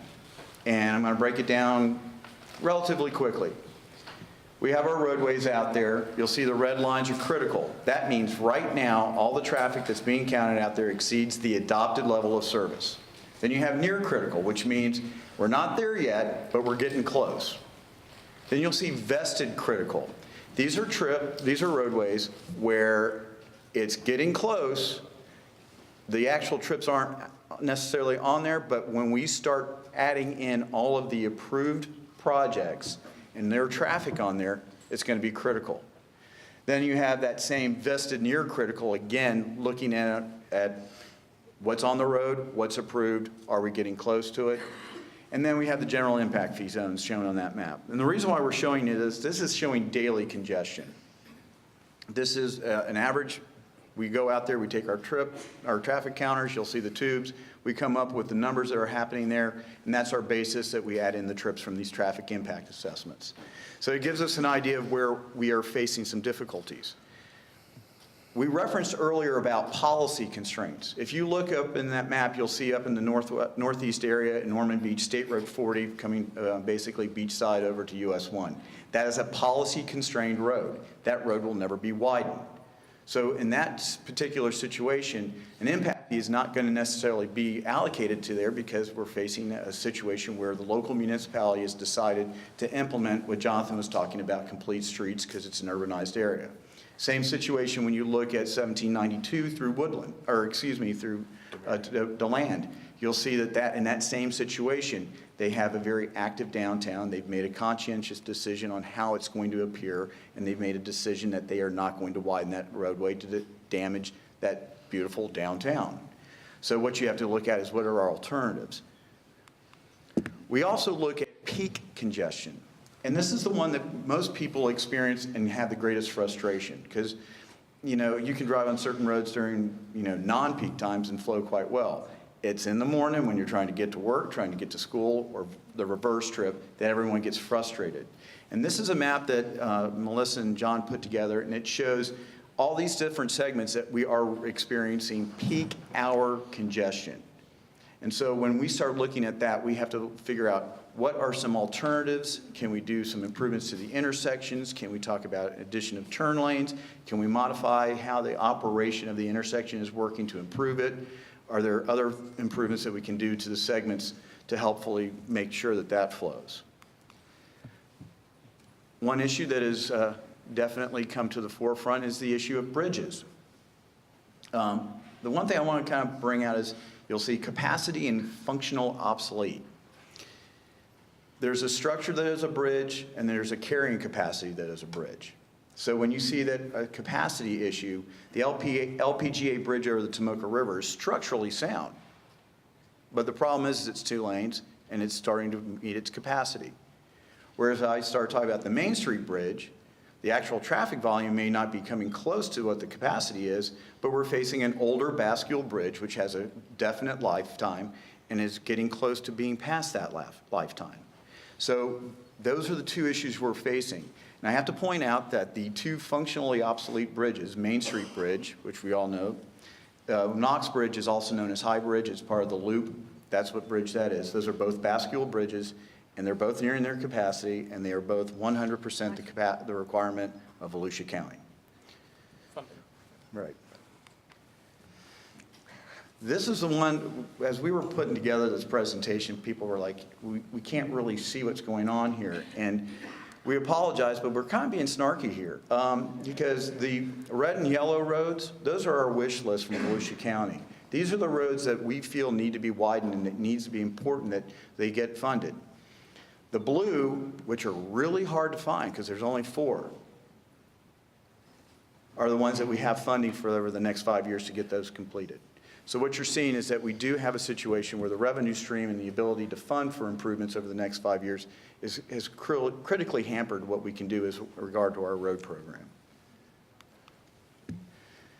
This is a compendium of all of the projects that were identified by the local governments as we were going forward with the discussion about the half-cent sales tax.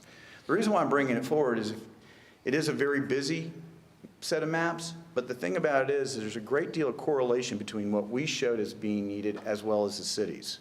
So what you're seeing is that all levels of government between the county and the city are identifying that there are some critical needs that are not being met. And this is one of the ways that we can sit there and work together to identify where we can be more efficient and more effective in pooling our funding so that that way, regardless of the half-cent sales tax, as we go through other types of funding sources, making sure we get our priorities set. That was it in a very quick fashion. If there's any questions, I'll be glad to answer. I saw that it looked like State Road 44 was at critical, but it wasn't up between Kepler Road and I-4, but it didn't make the list. Why is that? It's policy constrained. It is policy constrained because we cannot widen that road. That's not, that segment of road has been identified to be maintained as a 2-lane roadway, similar to what we were just talking about, Granada Boulevard. Just a quick question to the previous speaker. You identified some areas of like Miami-Dade, some areas that are at capacity, let's call it, and they're looking at other fees, mobility fees. Can you charge a mobility fee and a traffic fee, or do you have to have no traffic, or you have to be at your maximum traffic capacities to start charging that mobility fee? Can they run at the same time? You can actually charge both as long as you're not charging for the same impact. So what you could do is, some local governments are looking at, there's going to be so many trips generated that are vehicle trips. So those vehicle trips are going to pay a road impact fee. But then also a portion of those are people walking, biking, or using other modes. You take that out of it and use that towards the mobility fee. So there are ways to do it. There are some communities that have both. There are some that you have a city that has a mobility fee, and then you have the county road impact fee. And if there is some overlap, some of the counties are discounting a little bit for that overlap. But yes, you could definitely have that. And Clay, I don't know if you want to add to it. Well, the one thing that you got to remember is if you have the mobility fee, it's focusing primarily on an urban area. And so when you start getting out of that urban area, that's when the impacts on the roadways increase. So what you typically see is that you'll have this mobility fee and a very smaller road impact fee. But as you get out into the green areas where you have new development which are reliant on roads, the impact fee is higher because more of their impacts are going on roads rather than bike, bus, transit. Specifically, New Smyrna in this area, downtown areas, you don't have room for much road expansion, Right. but we do have a lot of golf carts, Yes. scooters, Right. bicycles, walking, those types of scenarios. So that could be something that would be easily applied. It definitely. And I'm going to steal something from him. And one of the issues with the mobility fee is that you have to have it defensible. So you need to be able to sit there and, correct me if I'm wrong, prove that out of all these new units or this redevelopment of this multi-use building, X% are not going to be on the roads. And that's the thing that's the art that Jonathan does so well. Question over here. Yeah, this is going back with the micro level, but Sam's, a lot's changed in the last 20 years as it relates to our work environment. A lot of people are now working from home. The impact, did the road traffic impact fee study take that into consideration? They will. We're working with data. Data is gathered, used for a long time before it's thrown away. We're using some data that was developed in the 60s, some in the 70s, some in the 80s, some in the 90s, et cetera. Depends on how recent your data is. The new ITE trip generation manual actually allows you to segregate, shouldn't tell people this, allows you to segregate which years of data you want to look at. That's weird. Okay, so if you want to start looking at changes and trends, you can definitely see it in data, new data that's collected. And yes, that can be taken into account. The formula for trip generation can itself use the newer data. And you can split it between vehicle trips and person trips. You can split it a number of ways. So there are ways to work with these formulas to, best as you can, emulate what's happening in the industry and the change in travel demands. Jonathan, do you have anything? Yeah, and I usually have a slide on this, an interesting point on that. And most people don't actually realize it, but during the peak hour, there's a higher percentage of people going from work to and from work. But actually throughout the course of the whole day, the home to work trip is only, in general throughout Florida, is only 15 to 20% of all travel that occurs. 15 to 20% of all travel that occurs throughout the whole day. 80% of it is you're going to the doctor's office, you're going to go visit friends, you're going shopping. There's some other purpose, and that's actually consistent throughout Florida. So that's another reason why a lot of folks are looking at this. And while they don't necessarily, maybe they work from home, but they may be driving to Starbucks and working from there. And also the other big change that's really starting to occur right now is Amazon and deliveries. And it's actually found to be increasing traffic, not decreasing it. So there's a lot of data out there, but increasingly, this cell phone tracks almost everywhere you're going. And there's a lot of companies out there that are starting to sell this data.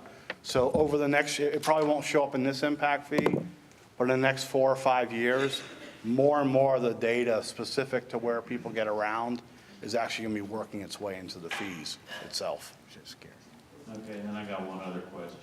Clay, you offered, and I'll take you up on it during your presentation, you would go into a little bit more depth about the gap that occurred, prior to the 05 period, the bonding versus the impact fee. So maybe you can explain that because, logically I'm thinking, gee, if you've identified the road projects and you've matched up the impact fees for those road projects, where's the gap occurring? Other than just that 1 or 2 year period when there were only, a couple of thousand permits pulled in the county and they suspended the fees. Well, we did suspend the fees for 3 years, plus there was 2 years where it was brought back up. So basically, you're dealing with about a 5-year time frame. And you're correct in that, that the amount of impact fees that we did collect created a lack of revenue to pay back the bond. So therefore, we had to utilize the local option gas tax. Now was your question, why did we do this? Or is it just why we had the...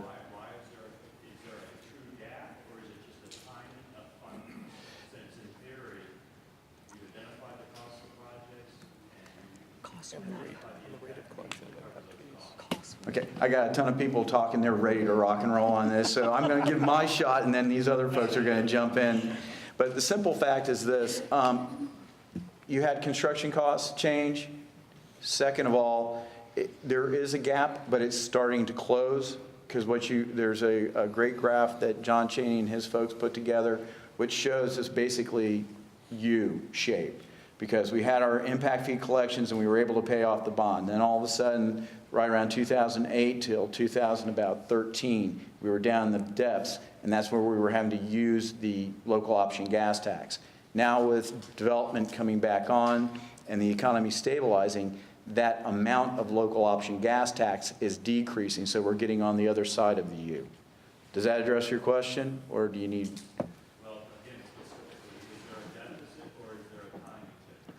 timing difference, I think would it's say. a combination of both. The $65 million was supposed to pay for a certain number of projects. The prices went up. The reality is that we were unable to construct some of the projects for the prices that were estimated because they were estimated at the 2004 rate. And by the time we hit 2008, 2009, the construction costs had gone up drastically. We had estimated at about $2.5 million a mile, $3 million a mile. And by the time we hit 2008, 2009, we were closer to $7 and $8 million a mile. Property values went up, cost of construction went up drastically. So that causes some of the gap. You combine that with the fact that the revenues went down. You combine that with some projects came in and built roads, such as Airport Road, so there was no revenue being generated out of Venetian Bay. That was a credit on account. You start putting all these parts and pieces together, the revenue stream coming in just was not what was necessary. But in the example of Airport Road, again, that's a timing. Yes, it is. Correct. Okay, let's move on to another question. Hey, first of all, I just wanted to say I appreciate everybody on the panel, and particularly everyone's questions so that Carrie could get her exercise in today. Yeah. So I just want to go back through a couple of things. And Jamie, you said something that I was kind of curious about maybe using another example for. But in terms of action items, it sounds like the county has a couple things they could do, the commission, in terms of the increasing impact fee rate. Correct. The designation of thoroughfares, as an example. So two things. One is the scenario you mentioned where, let's say Latitude is paying their impact fees, but the dollars are going to the Williamson LPGA intersection instead of right in front of them on LPGA Boulevard, as an example. Is another example where Florida Hospital goes in and their impact fees don't widen Williamson right in front of Florida Hospital? Is that a similar scenario? Because that seems to make no sense to me. And then my second question is, do impacts of trucks have a different cost than an impact of a car? Okay, I'll give Sands the truck versus the car. I'm going to talk about where the county's money is going right now in Zone 1. Zone 1 and Zone 2 seem to be the two hopping zones. They're the ones that people are paying the most attention to right now. Latitudes is constructing Timber Creek. Every dollar of impact fees that would be paid in cash to the county will not come in cash. It will go to reduce the credit granted to Latitudes for the construction of Timber Creek. The construction costs are about $6 million a mile right now. They could go up, as this gentleman pointed out over here. We don't know, but they will get a dollar for dollar for the value of the property. Up to a certain point, they're donating the property for another stretch, which is phenomenal for a developer not to ask us for the value of the property. But they will get a dollar and dollar for the construction. Right now, they have about $4 million. So when I told you the first 1,000 homes will come in, that's $2,174,000 will come off of that, which will still leave a balance for the next part for the development. So 0.8 of a mile has gone in, and they've got $4 million on credit already. So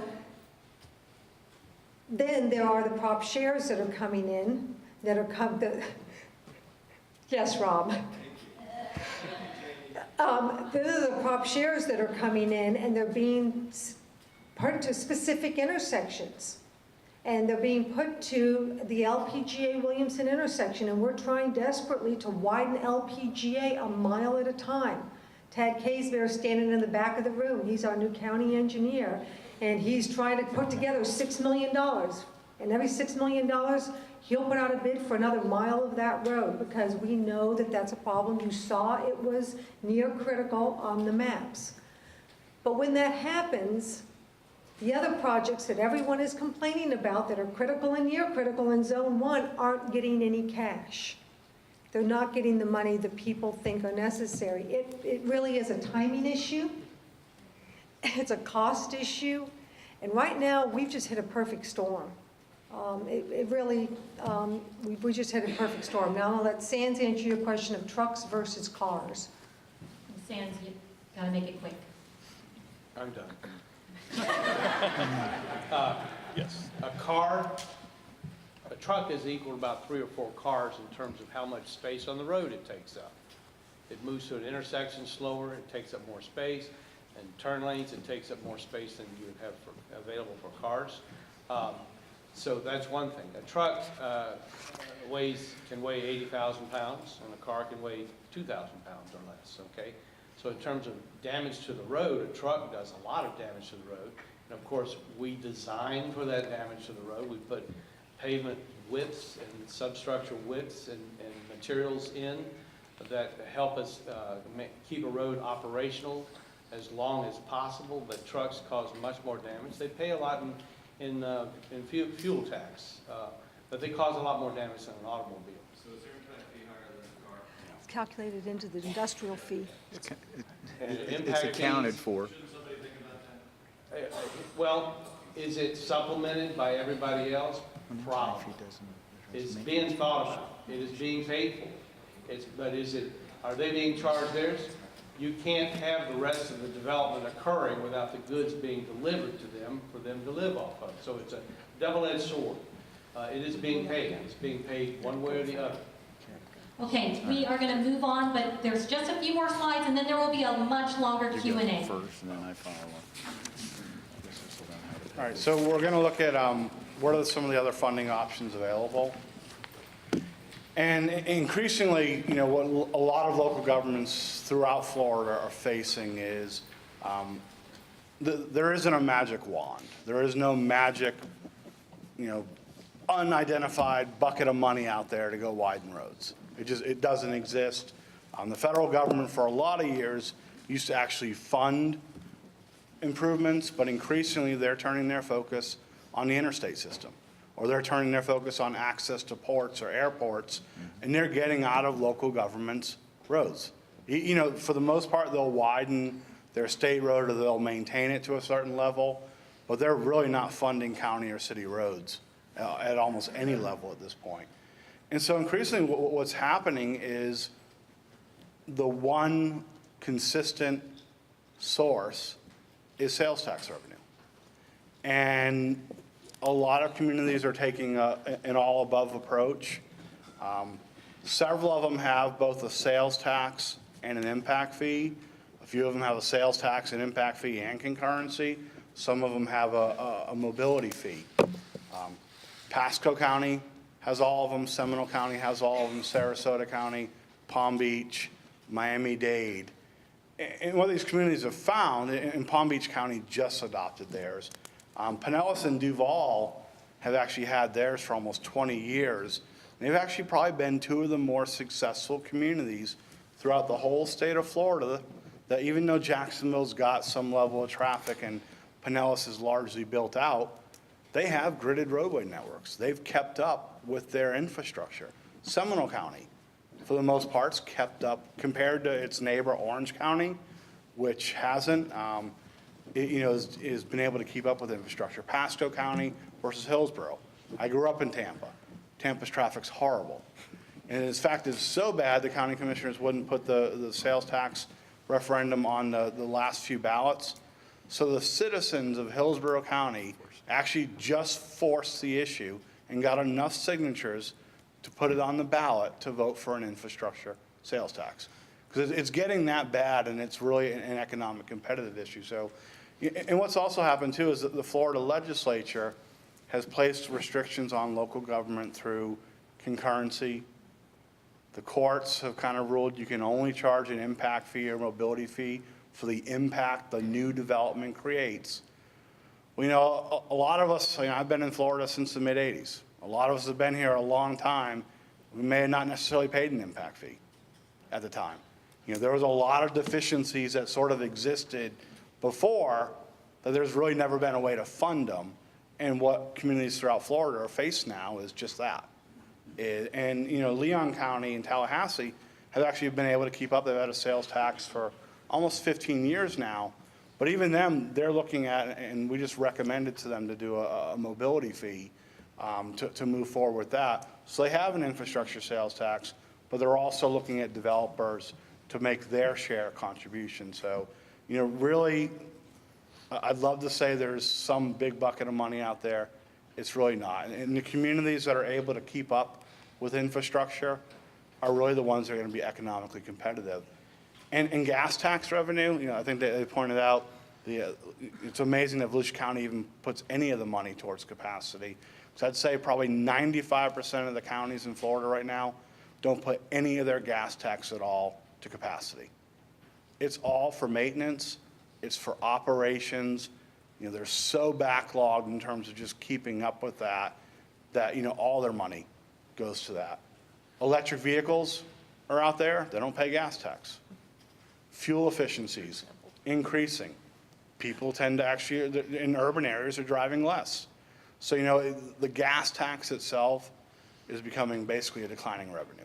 And the fact that the federal government hasn't inflated it since 1991. There's been no increase in federal gas tax since 1991. A lot of states and a lot of conservative states in this country have actually finally started raising their gas taxes. But even then, it's a declining solution because new technology is making it harder and harder for gases. And I think Jamie was going to mention an example. I'll talk about it. But there's local governments out there that are actually charging fees now for electric vehicles to, to pay for something. And there's some proposal in DC to actually put a tax on bicycle tires so bicycles pay for their share. And Jimmy, I don't know if you wanted to share. Go ahead. I'll share this real quickly. My nephew and his wife live in downtown Seattle. They have an electric car.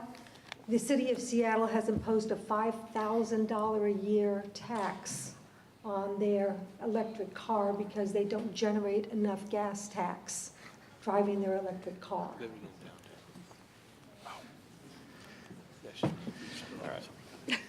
Okay.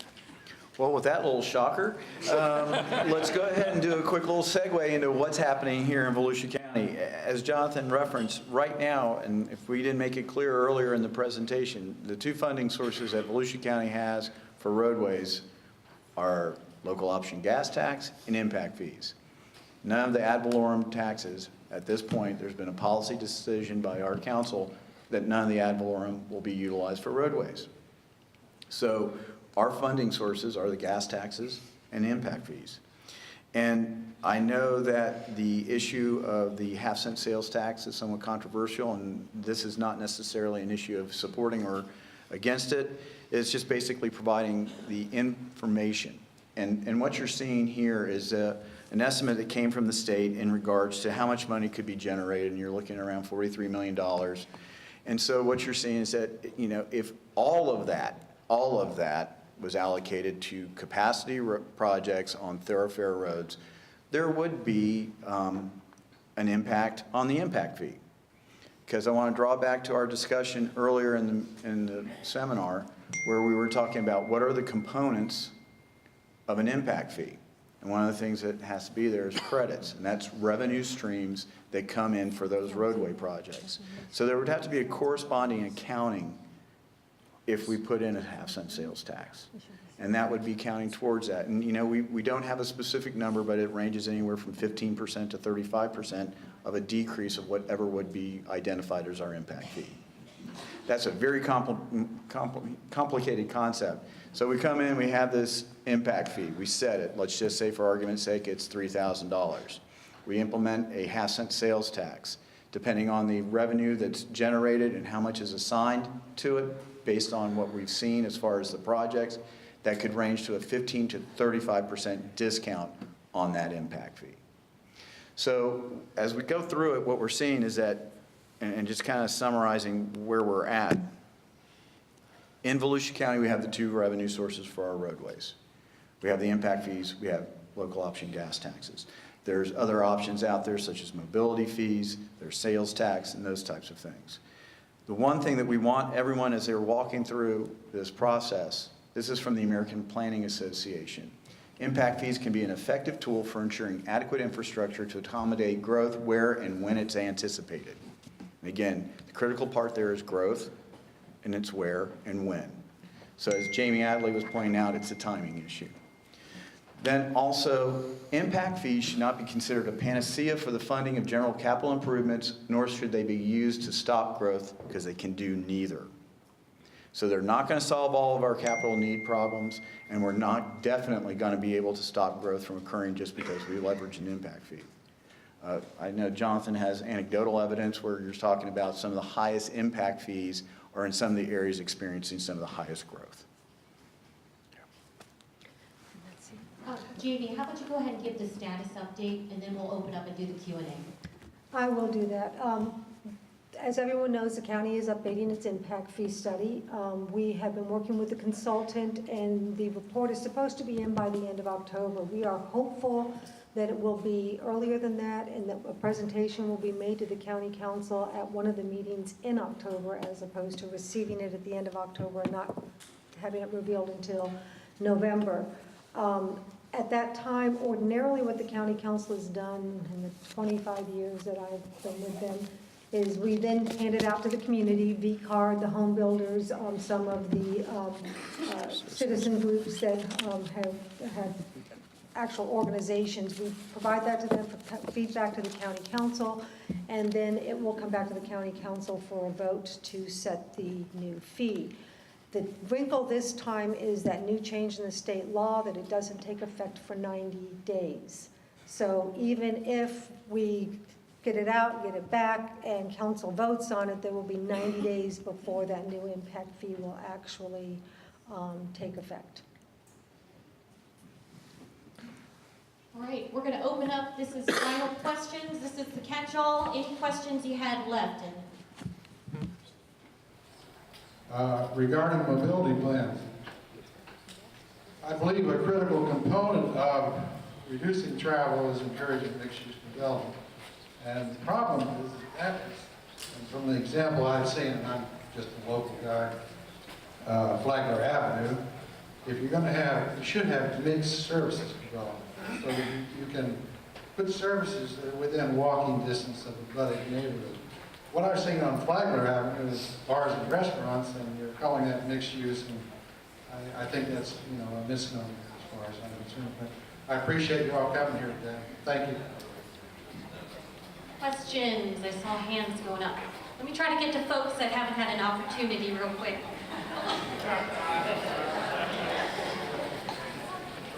Can y'all just explain a little bit more about the relationship between impact fees and impact fee credits? This goes back to the very beginning of the conversation. I know law is boring to a lot of people, but the law kind of controls that. And an impact fee is an exaction, and we cannot take people's property or their money. The government cannot take your property or money from you without compensating you. So if the developer constructs a pipeline project that we've talked about, or a brand new road, or widens a road, we have to give them credits for the full value of the land, the fair market value of the land, and for the construction. That becomes a credit on account that they can draw down when the CO is actually issued for the development. Sometimes it's more than the impact fees that will be owed. That's the more likely scenario. Sometimes it's less. If it's less than the impact fees that will be owed, they'll pay the difference. If it's more, they still have a credit on account. That's valuable to them, and the government can't take that from them either. So they can then sell it on the secondary market to another developer.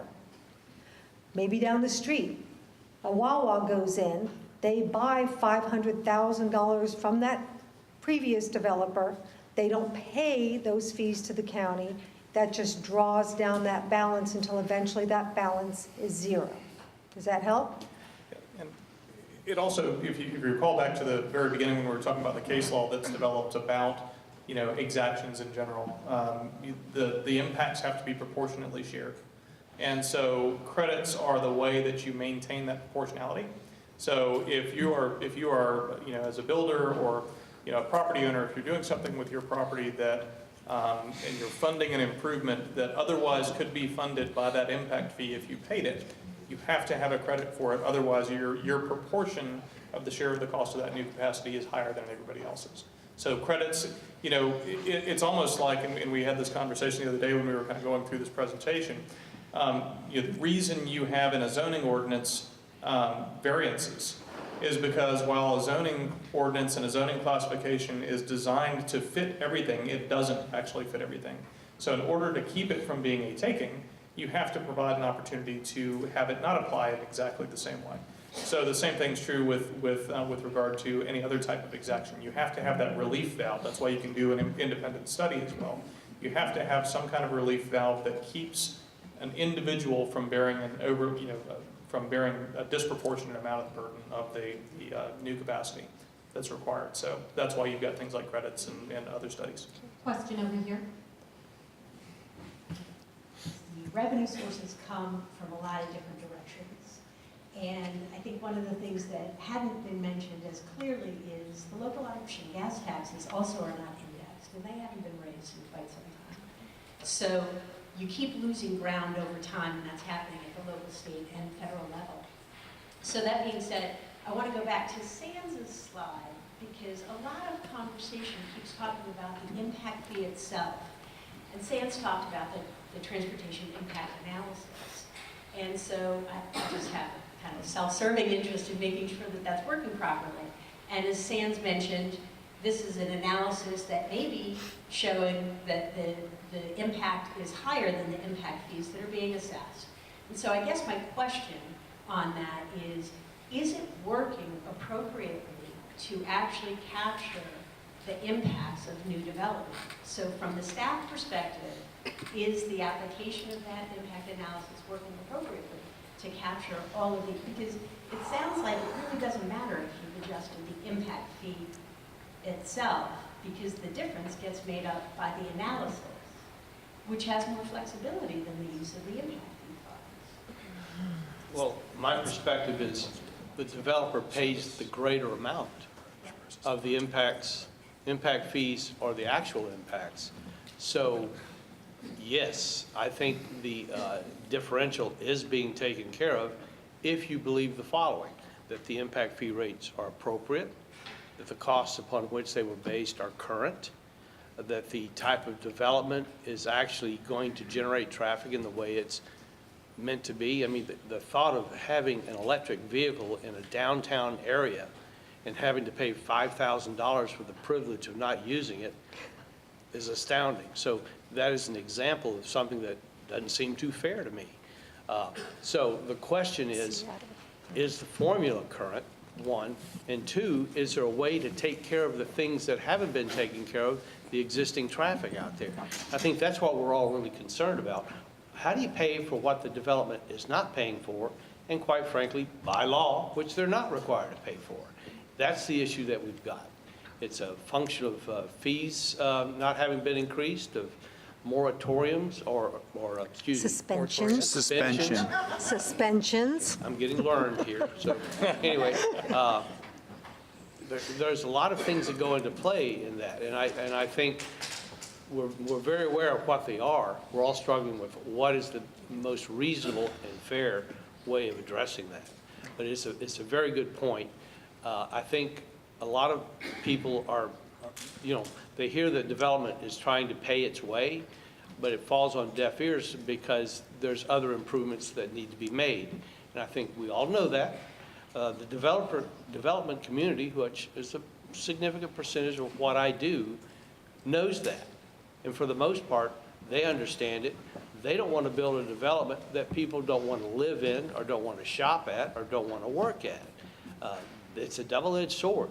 So when they put improvements near their project, they're doing two things.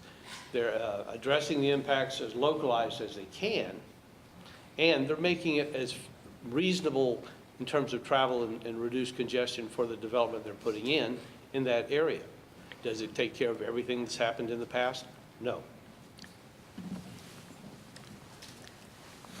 I think the traffic impact analysis help. They provide us additional data. It helps our traffic engineers keep track of what the development community's perspective is on where the trips are and everything. However, I think what we're seeing really is that development is driving the road program right now. The local government officials are not making decisions on where the road improvements need to go because state law tells them they cannot deny the development permit. They have to issue it. They cannot say, I'm sorry, the roads aren't there, the sewer system isn't completed yet, you're going to have to just wait another 10 years till we calculate the money. State law says they get to calculate their proportionate share. They pay it, or they construct it, and they get their development permits. So they're constructing, and they're doing the right thing, and they're following the law. But it's driving where the road improvements are going, which is why you're seeing on the map so many critical and near critical issues. We know, but we don't have the money. So we appreciate the traffic analysis. They're wonderful. They help us keep our data up to date so that we can keep, but all keep showing us is we're falling farther and farther behind. I have a question here. Yes, I've heard a lot in regards to Margaritaville, but what is the impact fee monies from all the commercial build-up, Tangier Mall, all these restaurants? Where is that money going to be spent in relation to the widening of LBGA? That money was pipelined to Williamson. It was pipelined to Williamson.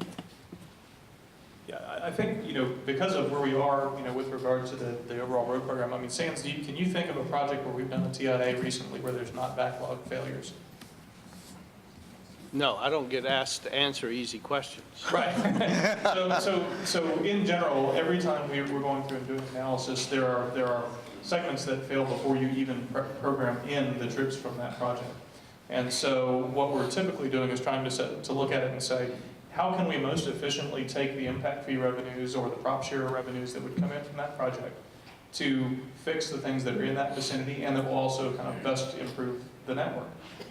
And sometimes it works great. I'm gonna single out Becky Mendez for a second because I've worked on a project and we talked a lot about the east side of Volusia County, but Becky and I worked on a project over at Veterans Memorial where we had approved a prop share agreement last year. Well, number one, our impact fees, or our prop share exceeded our impact fees by somewhere between $300,000 and $500,000. So there was more prop share that was going into that project than the impact fees would have generated. We were able to work with the county in that instance to not only build a section of the roadway, but also to plan the next section and to fully engineer the next section so that we could efficiently let not only our project pay its way, but set it up so that the next project can more efficiently deploy its dollars.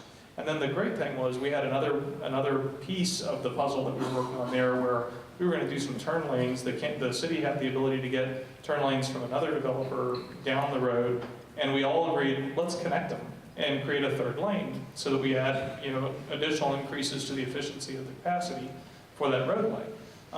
That's the types of things that we're doing to try and make sure we're using all of our dollars as efficiently as possible to get the best bang for the buck, for the network. But The county didn't get any impact fees.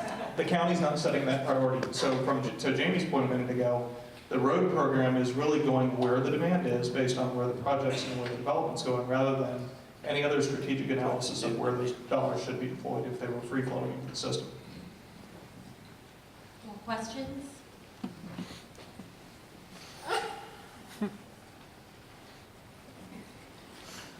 I think you mentioned a couple of times that the burden of proof on the impacts is on the local government. Correct. To prove, and that was a somewhat recent change. 2009. And the state legislature. 2009. 2009, was that, in your estimation, a good? Well, from my perspective, absolutely not. And why? And is it something we should work to change again? The Florida legislature, since the adoption of 163-31801, has tweaked it a little bit every single year. This last legislative session, I believe we dodged a bullet because they were actually going to tweak it one more time. And we have zones which are fairly large.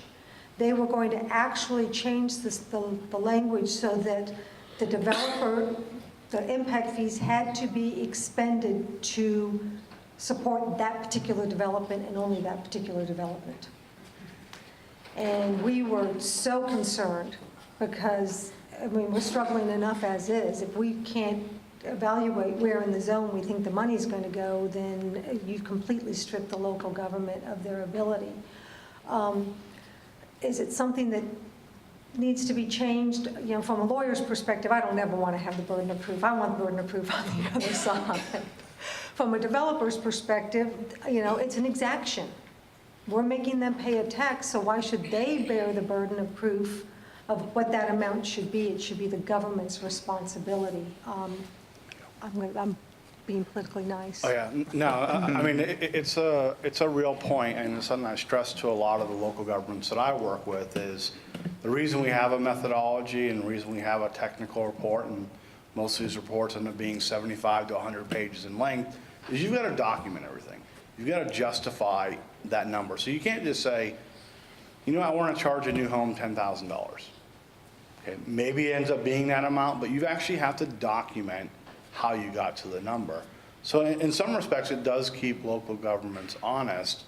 I've actually recently been hired by 2 different builders associations in Florida to actually do a peer review of another consultant's findings in their technical report. And unfortunately, there was a lot of issues that were identified. And in one instance, the builders used that to stop a delay because it wasn't justified per the technical analysis. And the other, they've actually held off moving forward because there are some developments out there and some communities out there that hire folks that push the limits. And so really by putting that burden of proof back on local government, you've got to document what you're doing. And so if, Mark and I work together on some sides, but there could be a case in some point that he represents a private development and I represent a local government, and he's going to call me out if the technical analysis to defend that fee isn't correct.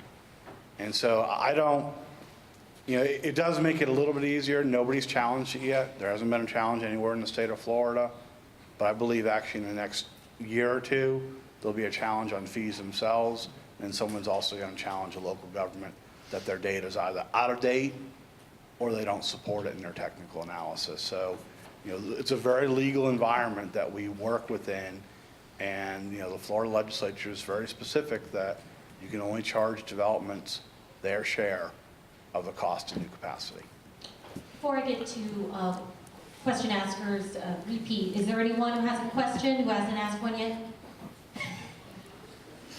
No? Okay, we'll repeat. I'll get to you. Just one last thing. I think we may have created a whole monster. We've gone 15 years, maybe I'm misunderstanding, without basically an impact fee. And there's a public outcry, and as a result of the public outcry, the increase, sales tax increase, my understanding was taken off the ballot, unfortunately. My understanding also, the developer doesn't pay the impact fee. They do, but they pass it on to the new homeowner. I mean, I just bought a home and I paid the impact fee. That's how it works in the real world.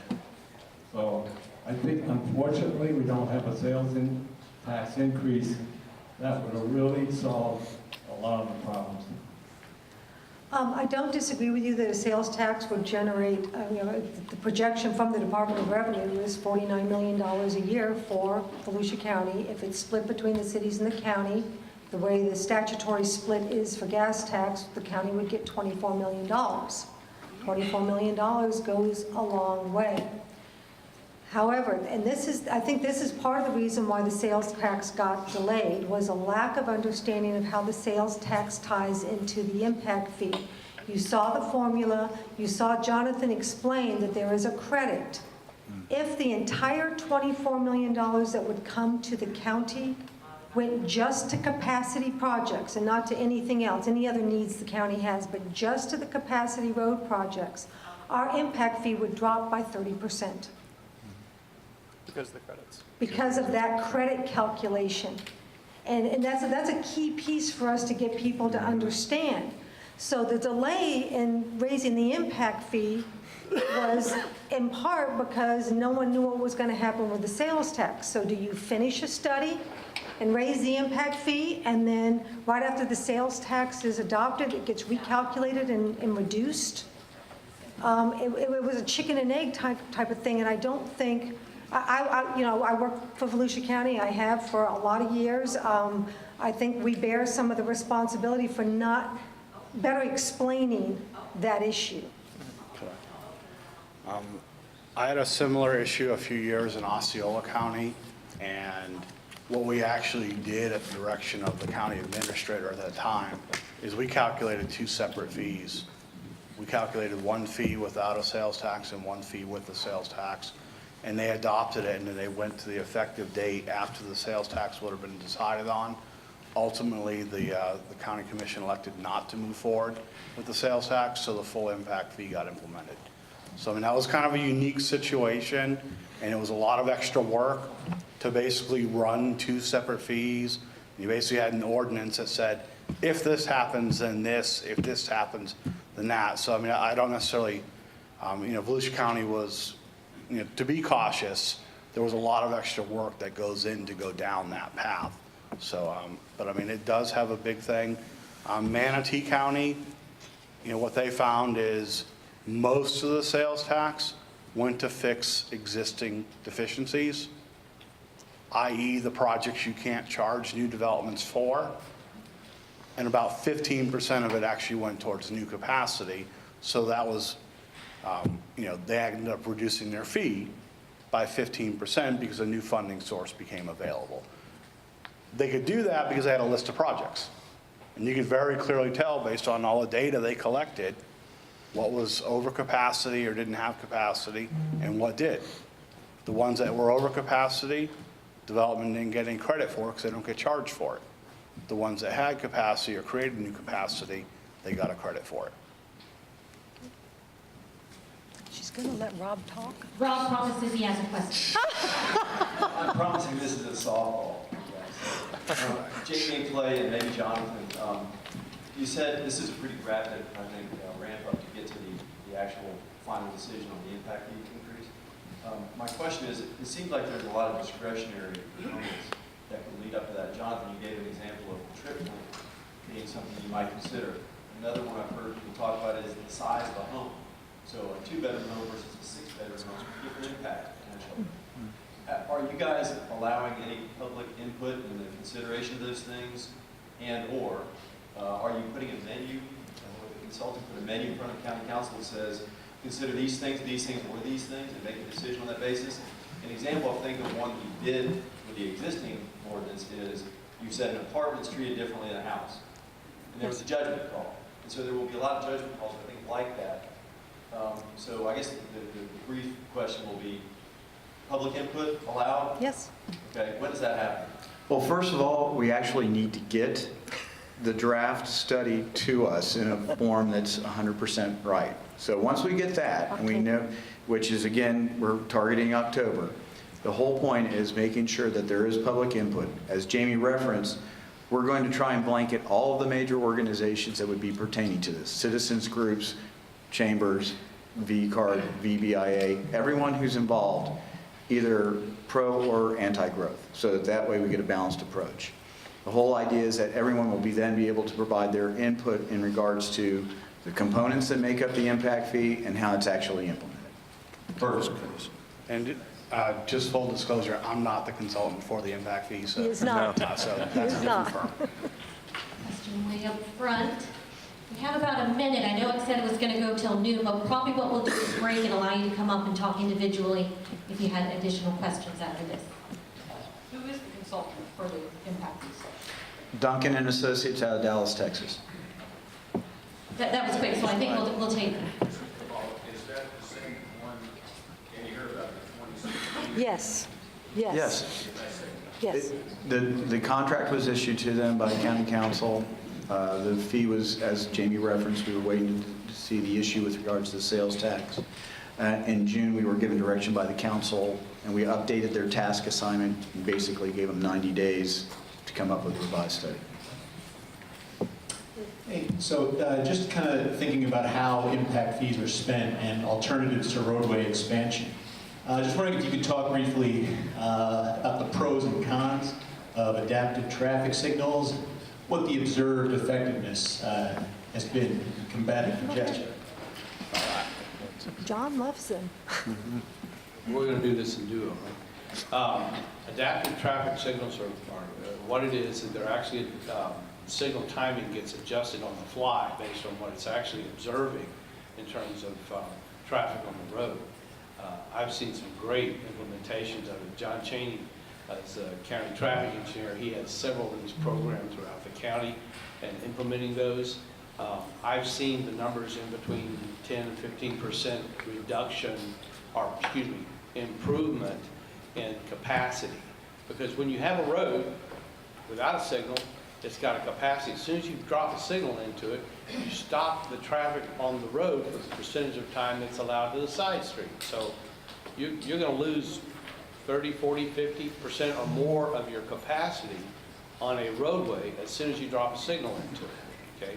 So they're called stoplights, they're not called go lights, okay? So to the extent we can make them more efficient, it's a good thing. And that's a very good point. The technology has improved significantly in terms of the detection, the ability of a system to be able to actually detect the traffic, know what's happening out there, to be able to change the traffic on the fly. while coordinating it so that when you leave intersection A and arrive at intersection B, the traffic is moving. And that's the intent of the system. Okay. And I just want to add really quickly, Sands and I just recently finished Palm Coast, and we actually increased the capacity using the calculation by 15% because they included a project in there for traffic optimization. I also did the same thing in Sarasota County, where basically the whole system was going to go online, and that was one of the projects in the plan, and we actually gave a capacity benefit for that increase for traffic optimization. Let's do a final question, and then we'll break and allow people to come up and talk to you. 2 comments. First of all, thank you, panel, for coming, taking your time and explaining the impact fee issues. Secondly, I'd like to, and this is just a comment, let everybody be mindful of our existing infrastructure that really needs a lot of attention. The impact fees, we can't take any of that money for that. Not sure where the money's going to come from, but we do have some real severe infrastructure problems everywhere in our county, everywhere from the south end to the north end. So just would like to have you pass that on to the county council or whatever. Let's be mindful of that. I want to thank everyone for coming out. We did discuss as a panel, probably what will happen after this, like you had mentioned, is that there will need to be some follow-up discussion. So there may be a second seminar, so keep an eye and ear out for that, where we'll engage more in a solution finding process. So thank you for coming out. Thank you to our panel.